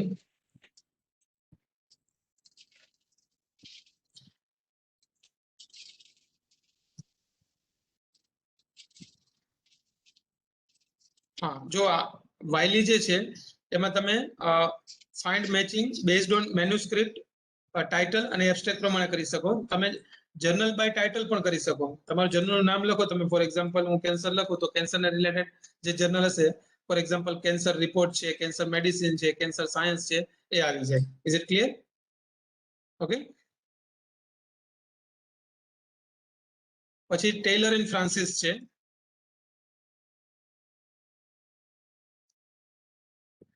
જો Taylor and Francis journal સજેસ્ટર છે એનું નામ. હા, આમાં પણ એ જ છે. તમે એબ્સ્ટ્રેક્ટ અહીંયા પેસ્ટ કરો, એબ્સ્ટ્રેક્ટ પેસ્ટ કર્યા પછી તમે ક્લિક કરો એટલે એ તમને જે સ્યુટેબલ જર્નલ હોય, ઓકે, એ સ્યુટેબલ જર્નલમાં તમને સજેસ્ટ કરે. ઓકે, એ ઉપરાંત બીજી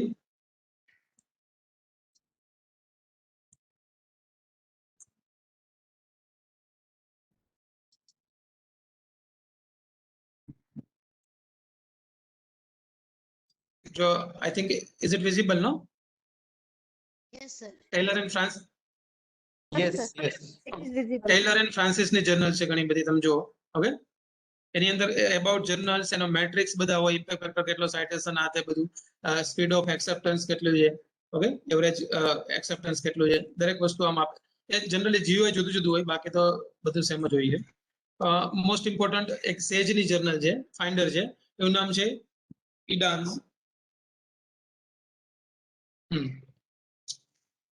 સોશિયલ સાયન્સ, હ્યુમેનિટીઝ, એજ્યુકેશનમાં જનરલી યુઝ થાય છે. એની અંદર એક બેનિફિટ એ છે કે તમે જર્નલના નામ ઉપર, ફિલ્ડ ઓફ સ્ટડી ઉપર અને એબ્સ્ટ્રેક્ટ અને કી વર્ડ ઉપર તમે એ કરી શકો. ઓકે, ફોર એક્ઝામ્પલ હું એક જસ્ટ મેં બનાવેલું છે કે હું એડ કરું છું, COVID-19 રિલેટેડ છે ફોર એક્ઝામ્પલ, હું એડ કર્યું. Okay, keywords. Okay, then just go vulnerability and preparedness status of SARC nation for COVID-19. થોડું slow છે, but at least you can put over here and there is a list of the journals are there. Okay,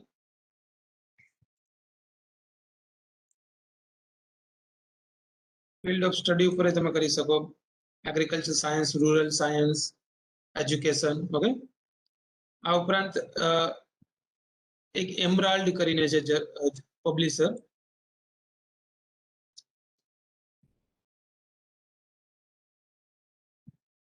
okay, આમાં પણ ઘણી બધી journal તમે જોઈ શકો છો, મેનેજમેન્ટ, અકાઉન્ટ. ઓકે, એની જર્નલ હોય છે અને you can search by the alphabetically by subject like marketing for example. Okay, so based on that there will be a good number of journals are there. For example, this is arts and market. Okay, corporate communication. Journal ની અંદર તમે જાઓ એટલે અંદર detail હોય છે. Okay, ઘણીવાર journal કેવું હોય કે એક કેટેલોગ જ બનાવે છે.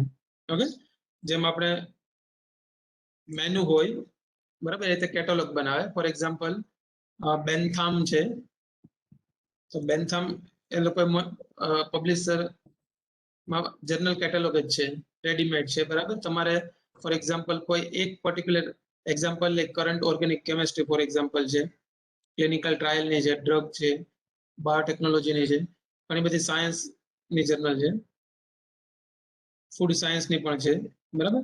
તો આની ઉપર તમે જો તો એ ડિટેલ એડ કરેલી હોય છે અને કેટેલોગમાં તમે પર્ટિક્યુલર જર્નલમાં તમે જો તો એ જર્નલમાં માનો કે નેનો ટેકનોલોજીની હોય તો એ નેનો ટેકનોલોજી સ્પેસિફિક જર્નલનું કેટેલોગમાં ડિટેલ આપેલું હોય, ચીફ એડિટર કોણ છે, ઓકે, એનું ક્યાં ક્યાં રિવ્યુ એક્સેપ્ટ કરે છે, original review, mini review, okay, letters, short correspondence, એનો કો-એડિટર કોણ છે, એબ્સ્ટ્રેક્ટ ઇન્ડેક્સ કઈ જગ્યાએ થયેલું છે, impact factor કેટલો છે, everything is generally mentioned into the catalog and according to that you can select. Okay, this is one kind of journal finder. Okay, but in catalog format. Okay, so these all are ultimately nothing but the different particular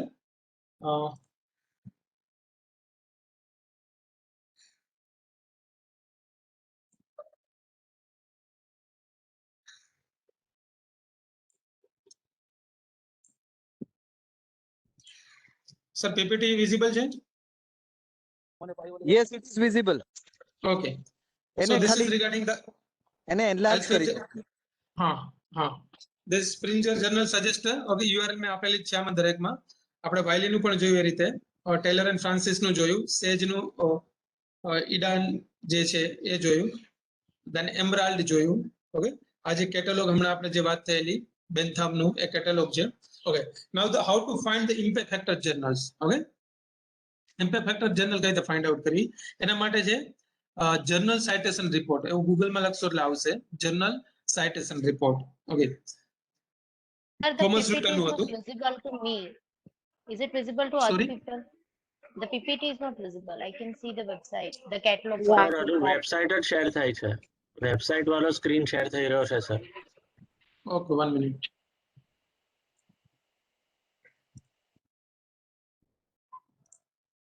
okay, હવે visible છે? Is it visible? No, sir. No, sir. Yes sir, it is visible. No, sir.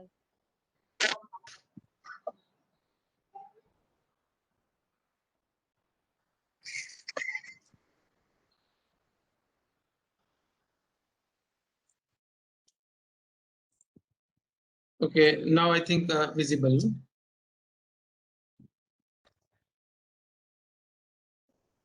Okay, visible. Yes, it is visible. Yes, sir.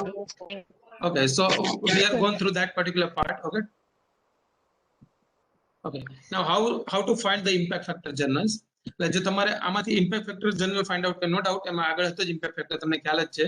Okay, but એમાંથી પણ તમારે જો કરવી હોય તો એક વેબસાઇટ છે જે જર્નલ સાઇટેશન રિપોર્ટ, પહેલા થોમસ લ્યુટર હતી, હવે ક્લેવિરાઇટ્સ છે. એટલે ક્લેવિરાઇટ્સ જર્નલ સાઇટેશન રિપોર્ટ્સ નાખશો એટલે આ વેબ પેજ ખોલશે.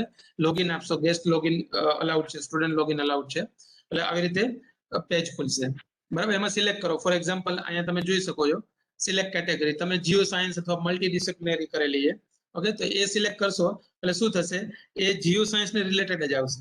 ઓકે, જીઓ સાયન્સ ને રિલેટેડ જ આવશે અને એમાં પછી તમે ઇમ્પેક્ટ ફેક્ટર વાઇઝ પણ સોર્ટ આઉટ કરી શકો. ઓકે, એટલે રિગાર્ડલેસ ઓફ બેકગ્રાઉન્ડ ઓફ પબ્લિશર તમે જર્નલ સાઇટેશન રિપોર્ટ ની અંદર તમે જોઈ શકો. પછી તમે એ રીતે આગળ એના એમ સ્કોપ તમે સ્ટડી કરીને whether it is suitable for your research or not, you can ultimately select it. Okay, most important, that is the UGC care list journal. Okay, UGC care list journal જે બે ગ્રુપમાં હોય, group 1 અને group 2. Okay, તો તમારે જે select કરવી હોય UGC care list journal select કરવી હોય કે તમારે એ ફાઇન્ડ આઉટ કરવું છે કે મારે ઇમ્પેક્ટ ફેક્ટર ના હોય તો ચાલશે, પણ UGC care list માં હોવી જોઈએ અને peer reviewed હોવી જોઈએ. So that particular information you can access from the UGC care list journal. Okay, આનું હું થોડી વાર પછી શેરિંગ કરું એટલે ખ્યાલ આવી જશે. Okay, then after selection, okay, the most important part, that is after the selection, read the guideline for authors, and as per the guideline of the journals for author, I mean, you are supposed to prepare your manuscript. એટલે તમે જે draft manuscript બનાવેલી હોય, that draft manuscript you have to again modified as per the guideline given by the particular that selected journal. For example, elsewhere હોય એમાં માનો કે મેં અત્યારે લીધી બાયો રિસોર્સ ટેકનોલોજી લીધી ફોર એક્ઝામ્પલ, તો બાયો રિસોર્સ ટેકનોલોજી ની અંદર ગાઈડ ટુ ઓથર હોય. એ ગાઈડ ટુ ઓથર માં જાઓ એટલે તમે ઓનલાઈન પણ રીડ કરી શકો અને એનું પીડીએફ પણ ડાઉનલોડ કરી શકો. એવું નથી કે ખાલી આવી સ્ટાન્ડર્ડ જર્નલ નું જોઈએ. માનો કે ઇન્ડિયન માંથી એક પબ્લિશ થાય છે જર્નલ, ઇન્ડિયન ઓરિજિન છે, ઉત્તર પ્રદેશ થી પબ્લિશ થાય છે, journal of environmental biology. Okay, science ની મલ્ટીડિસિપ્લિનરી જર્નલ કહી શકાય. તો એનું પણ પોતાનું તમે જુઓ ગાઈડ ટુ ઓથર છે. તો એ ગાઈડ ટુ ઓથર માં તમે ક્લિક કરો, ફોર એક્ઝામ્પલ હું ક્લિક કરું તો એની અંદર જો આવું ડિટેલ ગાઈડલાઈન આવે. Okay, and it is it is compulsory, you have to follow that guideline, prepare the whatever the suggestion or advice given into the guideline. Otherwise they are not accepted or they will not accept your paper, though it is very good, innovative, ગમે હોય પણ એના પ્રમાણે હોવું જોઈએ. જો website નું મેં પેજ રાખેલું છે, manuscript not prepared as per this guideline for author. Hello, screen વડે દેવી સર નથી મારી સ્ક્રીન વિઝિબલ નથી. Sir, please continue. You are audible and It's visible. Okay, so The screen is visible. those manuscripts which are not as per the guideline of paper, I mean I am talking regarding that journal's guideline, okay, they will not accept. એટલે consider જ ના કરે. Okay, even ધો તમે જો હજી એની અંદર જાઓ તો માનો કે સાયન્સમાં કિલોગ્રામ ને માઇક્રો ને માઇક્રોમીટર ને એંગસ્ટ્રોમ ને જે બધું વાપરવાનું હોય એ લોકોએ ડિફાઇન કરેલું હોય. ઓકે, માનો કે તમે વીક લખો, હું એવરી વીક ફિલ્ડમાંથી સેમ્પલ લઉં છું, તો વીક ને તમે WK માં લખી શકો જો એ જર્નલમાં લખેલું હોય તો. Otherwise you have to write down the WEEK. Year માં Y લખો, YR લખો, I mean any abbreviation or such international standard units. Okay, each things they are defined કે તમારે કેવી રીતે લખવાનું, કઈ રીતે તમારે એ ઇન્ક્લુડ કરવાનું. ઓકે, ઘણીવાર ખ્યાલ હોય તો તમને મેડિકલ સાયન્સમાં કે લાઈફ સાયન્સીસમાં IUPAC નંબર હોય, ફિઝિક્સ કેમિસ્ટ્રી દરેકની અંદર, તો તમારે એ રીતે તમારે લખવાનું. કે બાયોકેટાલિસ્ટ હોય એના પર્ટિક્યુલર EC નંબર હોય તો તમારે એ રીતે લખવાનું. I mean the each things should be ultimately included in the guideline. Okay, એટલે તમને મન ફાવે હોય એબ્રિવિએટ તમે ના કરી શકો. એ લોકો જો એવું લખતા હોય કે ઇથાઇલ મિથેન સલ્ફોનેટ છે તો એ તમારે EMS લખવું કે ના લખવું એ લોકોએ ડિફાઇન કરેલું હોય કે ફર્સ્ટ ટાઈમ તમારે EMS નું ફૂલ ફોર્મ લખવાનું, પછી મેન્યુસ્ક્રિપ્ટમાં નહીં લખવાનું. કેટલા વર્ડમાં મેન્યુસ્ક્રિપ્ટ હોવી જોઈએ. ઓકે, કેટલા ટેબલ અંદર ઇન્ક્લુડ કરવાના, ટેબલની ફોર્મેટ કેવી, પિક્ચર કેટલા ઇન્ક્લુડ કરવાના, પિક્ચરનું રિઝોલ્યુશન કેટલું, મિનિમમ કેટલું હોવું જોઈએ. સો each things they are ultimately detailed things are already present into the guideline, and according to that guideline you have to prepare and then you have to submit. Okay, so as per the as per the guideline of the specific journal, you should ultimately prepare the manuscript file, એટલે જેમાં text file જેને કહે એ. પછી majority એવા છે publisher અને journal કે જેને ટેબલ ફાઇલ અલગ આપવાની, ઓકે, ફિગર ફાઇલ અલગ આપવાની, વિડિયો ક્લિપ્સ ફિલ્ડ વિઝિટના જે ફોટોગ્રાફ કે ગણ્યું હોય એ ફોટોગ્રાફ તો ફિગરમાં છે, પણ જે ક્લિપ્સ હોય એની અલગ ફાઇલ આપવાની. ઓકે, ઘણીવાર એવું હોય કે સપ્લિમેન્ટરી ડેટા હોય, તમે ઘણું બધું એનાલિસિસ કરેલું હોય. ઓકે, એનાલિસિસ તમારે પબ્લિશ ના કરવું હોય મેઇન મેન્યુસ્ક્રિપ્ટમાં પેપરમાં, પણ તો સપ્લિમેન્ટરી પણ ડેટા આપી શકો. ઓકે, એટલે આ દરેક વસ્તુ જે હોય, ફોર એક્ઝામ્પલ હું પાછો શેર કરું છું.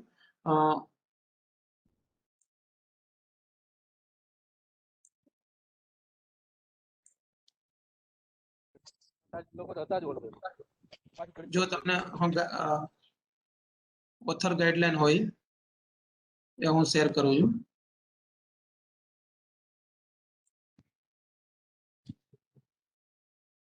માનો કે વોટર રિસર્ચ નામનું જર્નલ છે, તો એની ઓથર ગાઈડલાઈન તમારે એ રીતે હું આ જે લખેલું છે જર્નલ ઓફ બાયોલોજી એનું જ હું તમને કહું.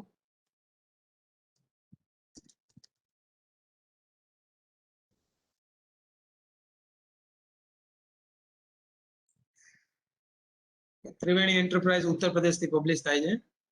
બરાબર, ઇમ્પેક્ટ ફેક્ટર વાળી છે, નાસ રેટિંગ છે, મલ્ટીડિસિપ્લિનરી છે. જો ગાઈડલાઈન ટુ ઓથર, ઓકે, તમે જોઈ શકો છો.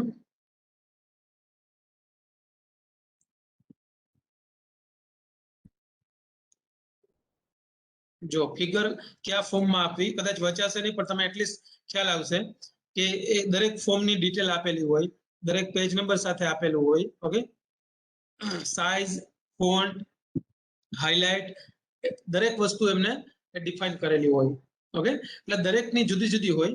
રેફરન્સિંગ સ્ટાઇલ આપેલી હોય કે બુક હોય તો કેવી તમારે રેફરન્સ સ્ટાઇલ રાખવાની. ઓકે, જર્નલ હોય તો કેવી રીતે રાખવાની, બુકનું ચેપ્ટર હોય તો કેવી રીતે રાખવાની, ઓનલાઈન લીધેલું હોય તો કેવી રીતે તમારે બિબ્લિયોમેટ્રિક રાખવાનું.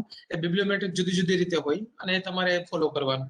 ઘણીવાર બિબ્લિયોમેટ્રિક તમારે પ્રિપેર કરવું પડે, કારણ કે that author that journals generally having their own particular bibliometric pattern. Okay, તો એ તમને ના મળતી હોય તો એ તમારે સ્પેશિયલી તમારે બનાવવું પડે. અધરવાઇઝ માનો કે જો મળતું હોય ઓલરેડી હોય તો ફોર એક્ઝામ્પલ એ પેપરને તમારે સિલેક્ટ કરવાનું અને એ પેપરને તમારે ગૂગલ સ્કોલરમાં એડ કરવાનું. ગૂગલ સ્કોલરમાંથી તમારે સોરી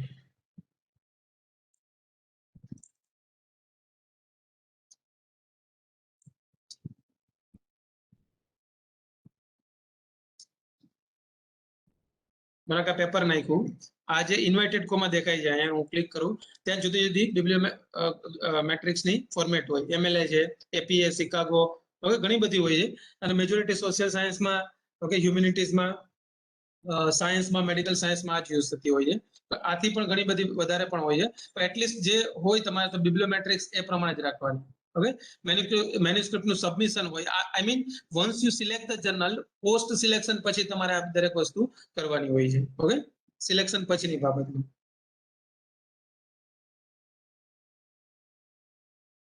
બીજી વસ્તુ જે યુજીસી શેપમાં આપણે જોયેલી, સોરી, યુજીસી ની અંદર જોયેલી, યુજીસી ની અંદરમાં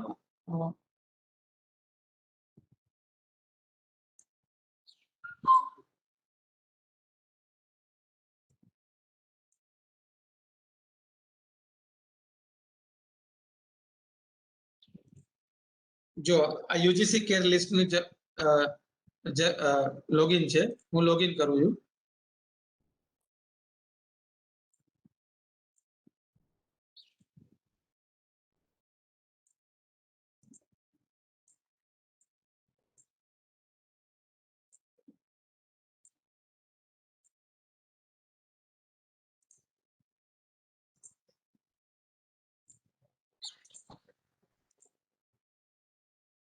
ઓકે, તો આમાં બે છે, ગ્રુપ 1 અને ગ્રુપ 2. બરાબર, આ બાજુ જે આપેલું છે યુજીસી કેર લિસ્ટ ગ્રુપ 1 અને ગ્રુપ 2, મને કોઈ એક ઉપર ક્લિક કરું.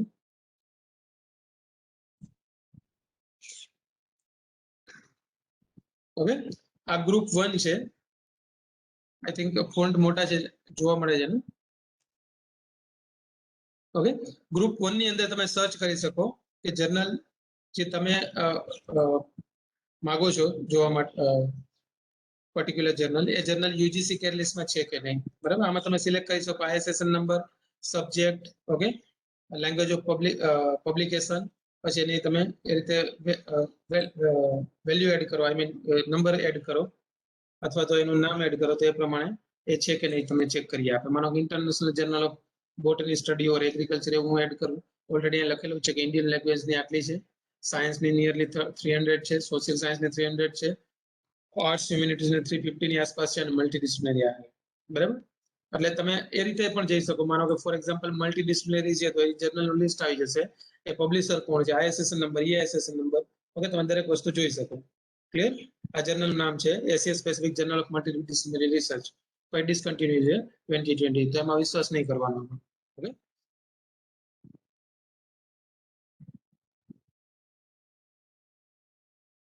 તો આ રીતે તમે વન ની તમે જોઈ શકો.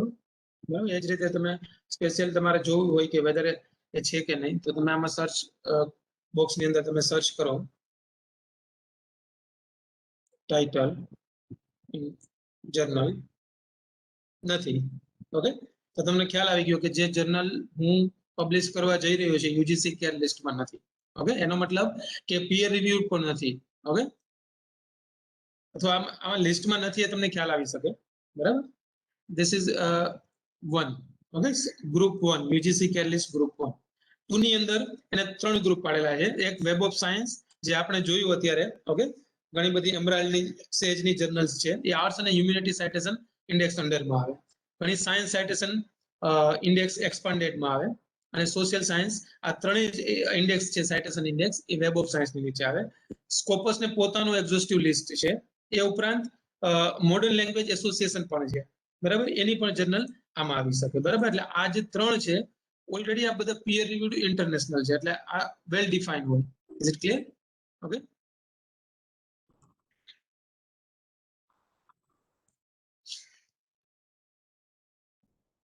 જો આ એમએલએ જે આગળ વાત કરી આપણે એ છે. બરાબર, એમએલએ નું જે હતું એ છે.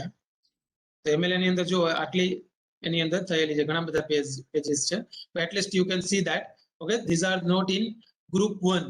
ઓકે, ગ્રુપ 1 માં ના હોય, પણ ઘણીવાર એવું હોય કે એ લિસ્ટેડ હોય. ઓકે, પણ ઇન્ડેક્સ ના થયેલી હોય. આઈ અગેન રિપીટ, એવી ઘણી જર્નલ હોય કે directory of periodicals by modern language association MLA માં, કે આ વેબ ઓફ સાયન્સ ને સ્કોપસમાં ના આવતી હોય, છતાંય ઇમ્પેક્ટ ફેક્ટર ઘણામાં હોય, ઇન્ડેક્સ પણ થયેલી હોય, અને ગ્રુપ 1 માં પણ ના હોય, એવી જર્નલ અહીંયા હોય. Okay, am I audible sir? Yes, you are audible. Okay, એટલે પછી સ્કોપસ લિસ્ટ હોય તો એલ્સવેર છે ફોર એક્ઝામ્પલ એ સ્કોપસમાં આવે. ઓકે, તો એ સ્કોપસની જર્નલનું તમે ક્લિક કરશો. 1 મિનિટ. હા, છે સ્કોપસની અંદર નિયરલી 42,000 ની આસપાસ જર્નલ્સ છે. ઓકે, એમાં પણ તમે સિલેક્ટ કરી શકો. મેજોરિટી સ્ટુડન્ટને સાયન્સના સ્ટુડન્ટને ખ્યાલ જ હશે. ઓકે, એનું સાઇટેશન સ્કોર આવે. બરાબર, હાઈએસ્ટ પર્સન્ટાઇલ, ઘણું બધું એનું અંદર ડિટેલ આવે. પણ એટલીસ્ટ તમે કોઈ પણ ની અંદર તમે કરો આમાં. બરાબર, માનો કે ધ લેન્સેટ છે, અત્યારે તમને કોરોનામાં ખબર હશે, ઘણી વાર ન્યૂઝમાં આવેલું ધ લેન્સેટ. ઓકે, જનરલ મેડિસિનની જર્નલ્સ છે. તો એ રીતે તમે એમાં સ્કોપસની જર્નલ આવી શકે. બરાબર, સ્કોપસ ને પોતાનું સર્ચ એન્જિન પણ છે, આપણે જોયું. આઈ મીન એલ્સવેર ને. 1 મિનિટ.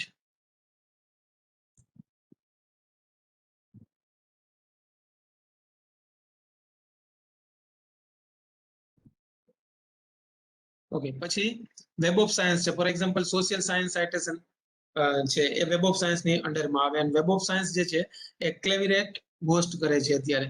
બરાબર, એટલે જો વેબ ઓફ સાયન્સમાં છે. હવે માનો કે આમાં મલ્ટી ડિસિપ્લિનરી જર્નલ હું +1 એડ કરું છું. આમાં તમારે જોવી છે કે વેધર આમાં છે કે નહીં. બરાબર, આવી ગઈ +1. Public library of science A publish કરે છે, ક્યાંથી પબ્લિશ થાય છે, ફૂલ એડ્રેસ છે, એનો ISSN નંબર જે પણ હોય, EISSN કે ISSN એ છે. બરાબર, કઈ કેટેગરી નીચે વેબ ઓફ સાયન્સમાં છે એ આપેલું છે, SCI ઇન્ડેક્સ ડેટ છે. ઓકે, વેબ ઓફ સાયન્સનો પોતાનો ઇન્ડેક્સ પણ છે એની અંદર છે. ઓકે, એટલે આ દરેક કઈ આવી વેબ ઓફ સાયન્સની સોશિયલ સાયન્સ કરો કે આ કરો, સોશિયલ સાયન્સની કોઈ એવી હોય એ પણ આમાં હોય. માનો કે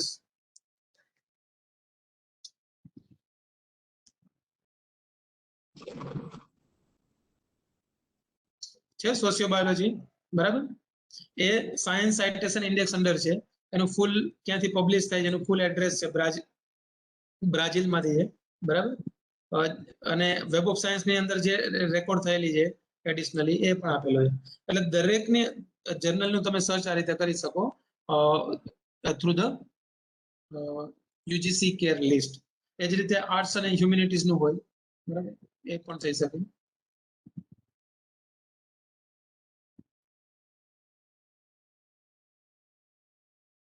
માનો કે હ્યુમેનિટીઝ માં ELTJ એવું છે, ELTJ, બરાબર, ELT જર્નલ છે, ઓક્સફર્ડ યુનિવર્સિટીની છે, ઇંગ્લેન્ડ થી પબ્લિશ થાય છે. સોશિયલ સાયન્સ સાઇટેશન અને આર્ટ્સ અને હ્યુમેનિટી સાઇટેશન ની અંડરમાં બંનેમાં છે. અને એ બી વેબ ઓફ સાયન્સ ની એડિશનલ જે છે એ પણ આપેલું. એટલે this is very good, I mean you can C over here, okay, to select the appropriate journals. Okay, એટલે અત્યાર સુધી જે જોયું યુજીસી જે કેર લિસ્ટ છે એ ઇન્ડિયન ગવર્મેન્ટે બનાવેલું છે. આની અંદર તમે આટલા ટોટલ છે, ગ્રુપ 1, ગ્રુપ 2, ગ્રુપ 1 માં સર્ચ કરી શકો, ગ્રુપ 2 માં વેબ ઓફ સાયન્સ માં 3 છે, સ્કોપસ માં 1 છે અને MLA ની અંદર છે. Okay, so this is all regarding nothing but the different journal finder, and that journal finder are helpful to select only international peer reviewed impact factor journal, and you can ultimately distinguish the predatory journal along with the other particular journals. Okay, so what we are discussing, that is now summing up within 2 minutes. Sir, PPT visible છે ને?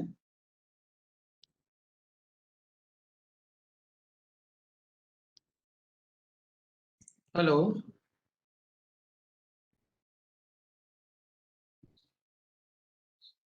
Hello. Yes, you are audible. Okay, so as per the guideline of the specific journal, આ તમારે બનાવવાનું હોય છે, and then most important part, that is cover letter.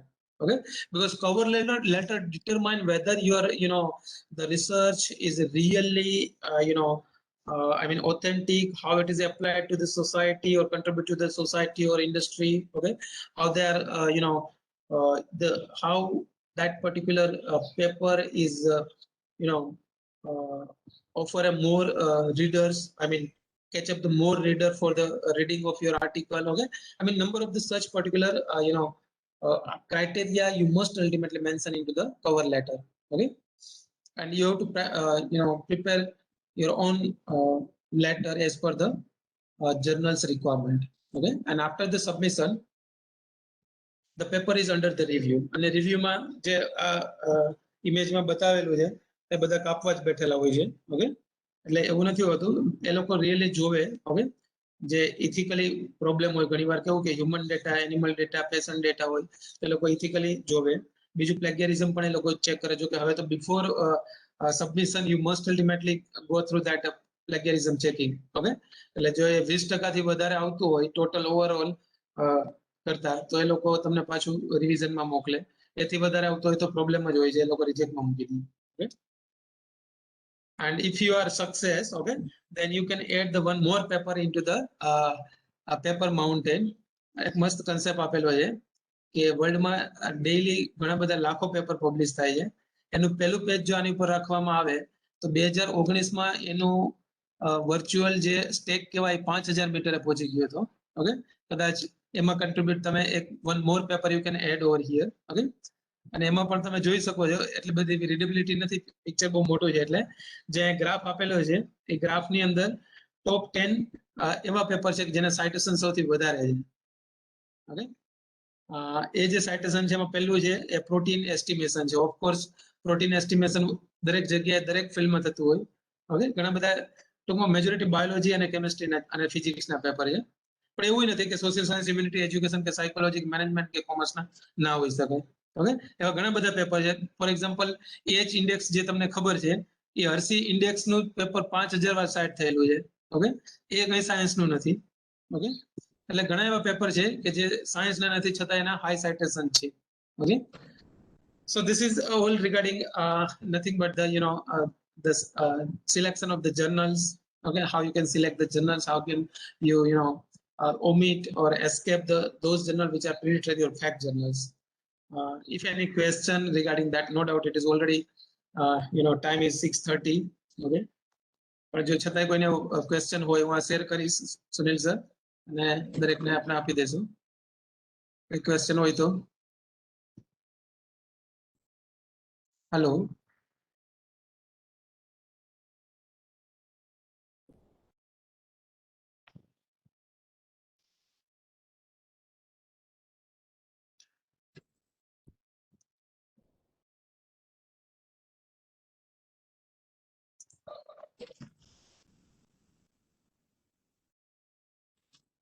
Hello, Sunil sir.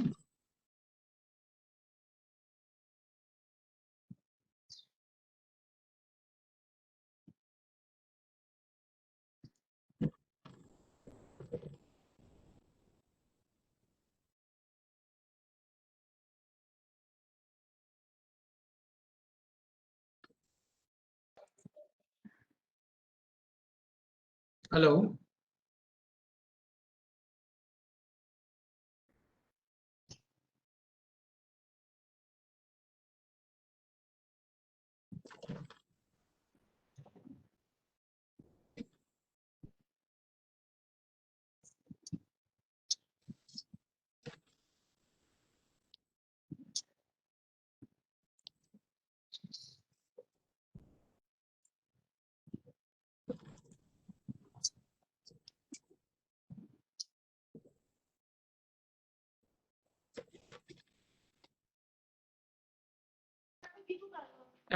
Am I audible? Yes, sir, you are audible. Okay, is there any question? Okay, no question. Hello. Sir, Okay. મારો question છે sir. Sir Hello. Yes. હા sir, હવે sir આપણે જે UGC care લિસ્ટની જે જનરલ્સ છે જે group 1 અને ગ્રુપ 2 તમારો માં છે. વોઇસ બહુ ઓછો આવે છે.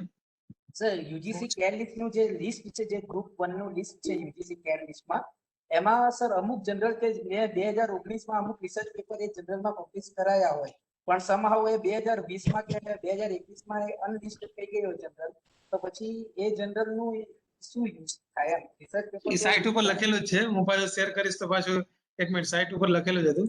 મારાથી શેર થાય તો કહું તમને. એમાં સાઇટમાં મેન્શન કરેલું જ છે બરાબર કે તમારે જે અત્યારે કન્ટિન્યુ હોય એ જ ગણવા પણ એવું નથી. જે તે ટાઈમે કન્ટિન્યુ હોય એનું લિસ્ટ લગભગ મળે છે કંઈક 65 રૂપીસ કેવું વચ્ચે હતું મેં જોયેલું હતું. એ લિસ્ટ તમે લો તો એ ગણાય છે પણ એ જ પીરિયડમાં પબ્લિશ થયેલું હોવું જોઈએ તો અધરવાઇઝ નહીં. બરાબર માનો કે અત્યારે તો જો કે આખી નોટિસ જ આપેલી છે યુજીસી સાઇટ ઉપર મેં જે તમને બતાવ્યું એ પેજમાં નીચે જ લખેલું છે. હેલો.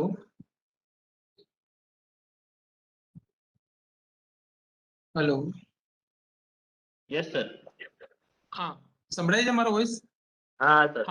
તો એ સાઇટ ઉપર લખેલું જ છે બરાબર એટલે એ એક એ લોકોએ શું કહેવાય એ રીતે જ કન્સિડર કરે છે કે જ્યારે માનો કે મારું કોઈ પેપર છે મેં 2019 માં પબ્લિશ કર્યું અને લિસ્ટમાં 19 માં હતું એ જર્નલ હતી પણ 20 માં નીકળી ગઈ તો એ કન્સિડર થાય બરાબર. પણ માનો કે 18 માં જ નીકળી ગઈ પછી હું પબ્લિશ કરું તો પછી એ પ્રોબ્લેમ થાય. Any other question? Sunil sir? Yeah. Am I audible, Dr. Praveen? Yes. Yes, yes, sir. Yes, sir. Yeah. Thank you very much, sir. It was really a very interesting session. And I'm sure all the students, all the PhD, prospective PhD scholars have learned a lot from your session. And we look forward to your guidance in this course. Some of the students, they have asked you a few questions. They have demanded the PPT also. So if Yeah, you definitely. can... Yes, I'll send you, sir. Yeah, sir, yeah. excuse me, Yeah. Sunil sir.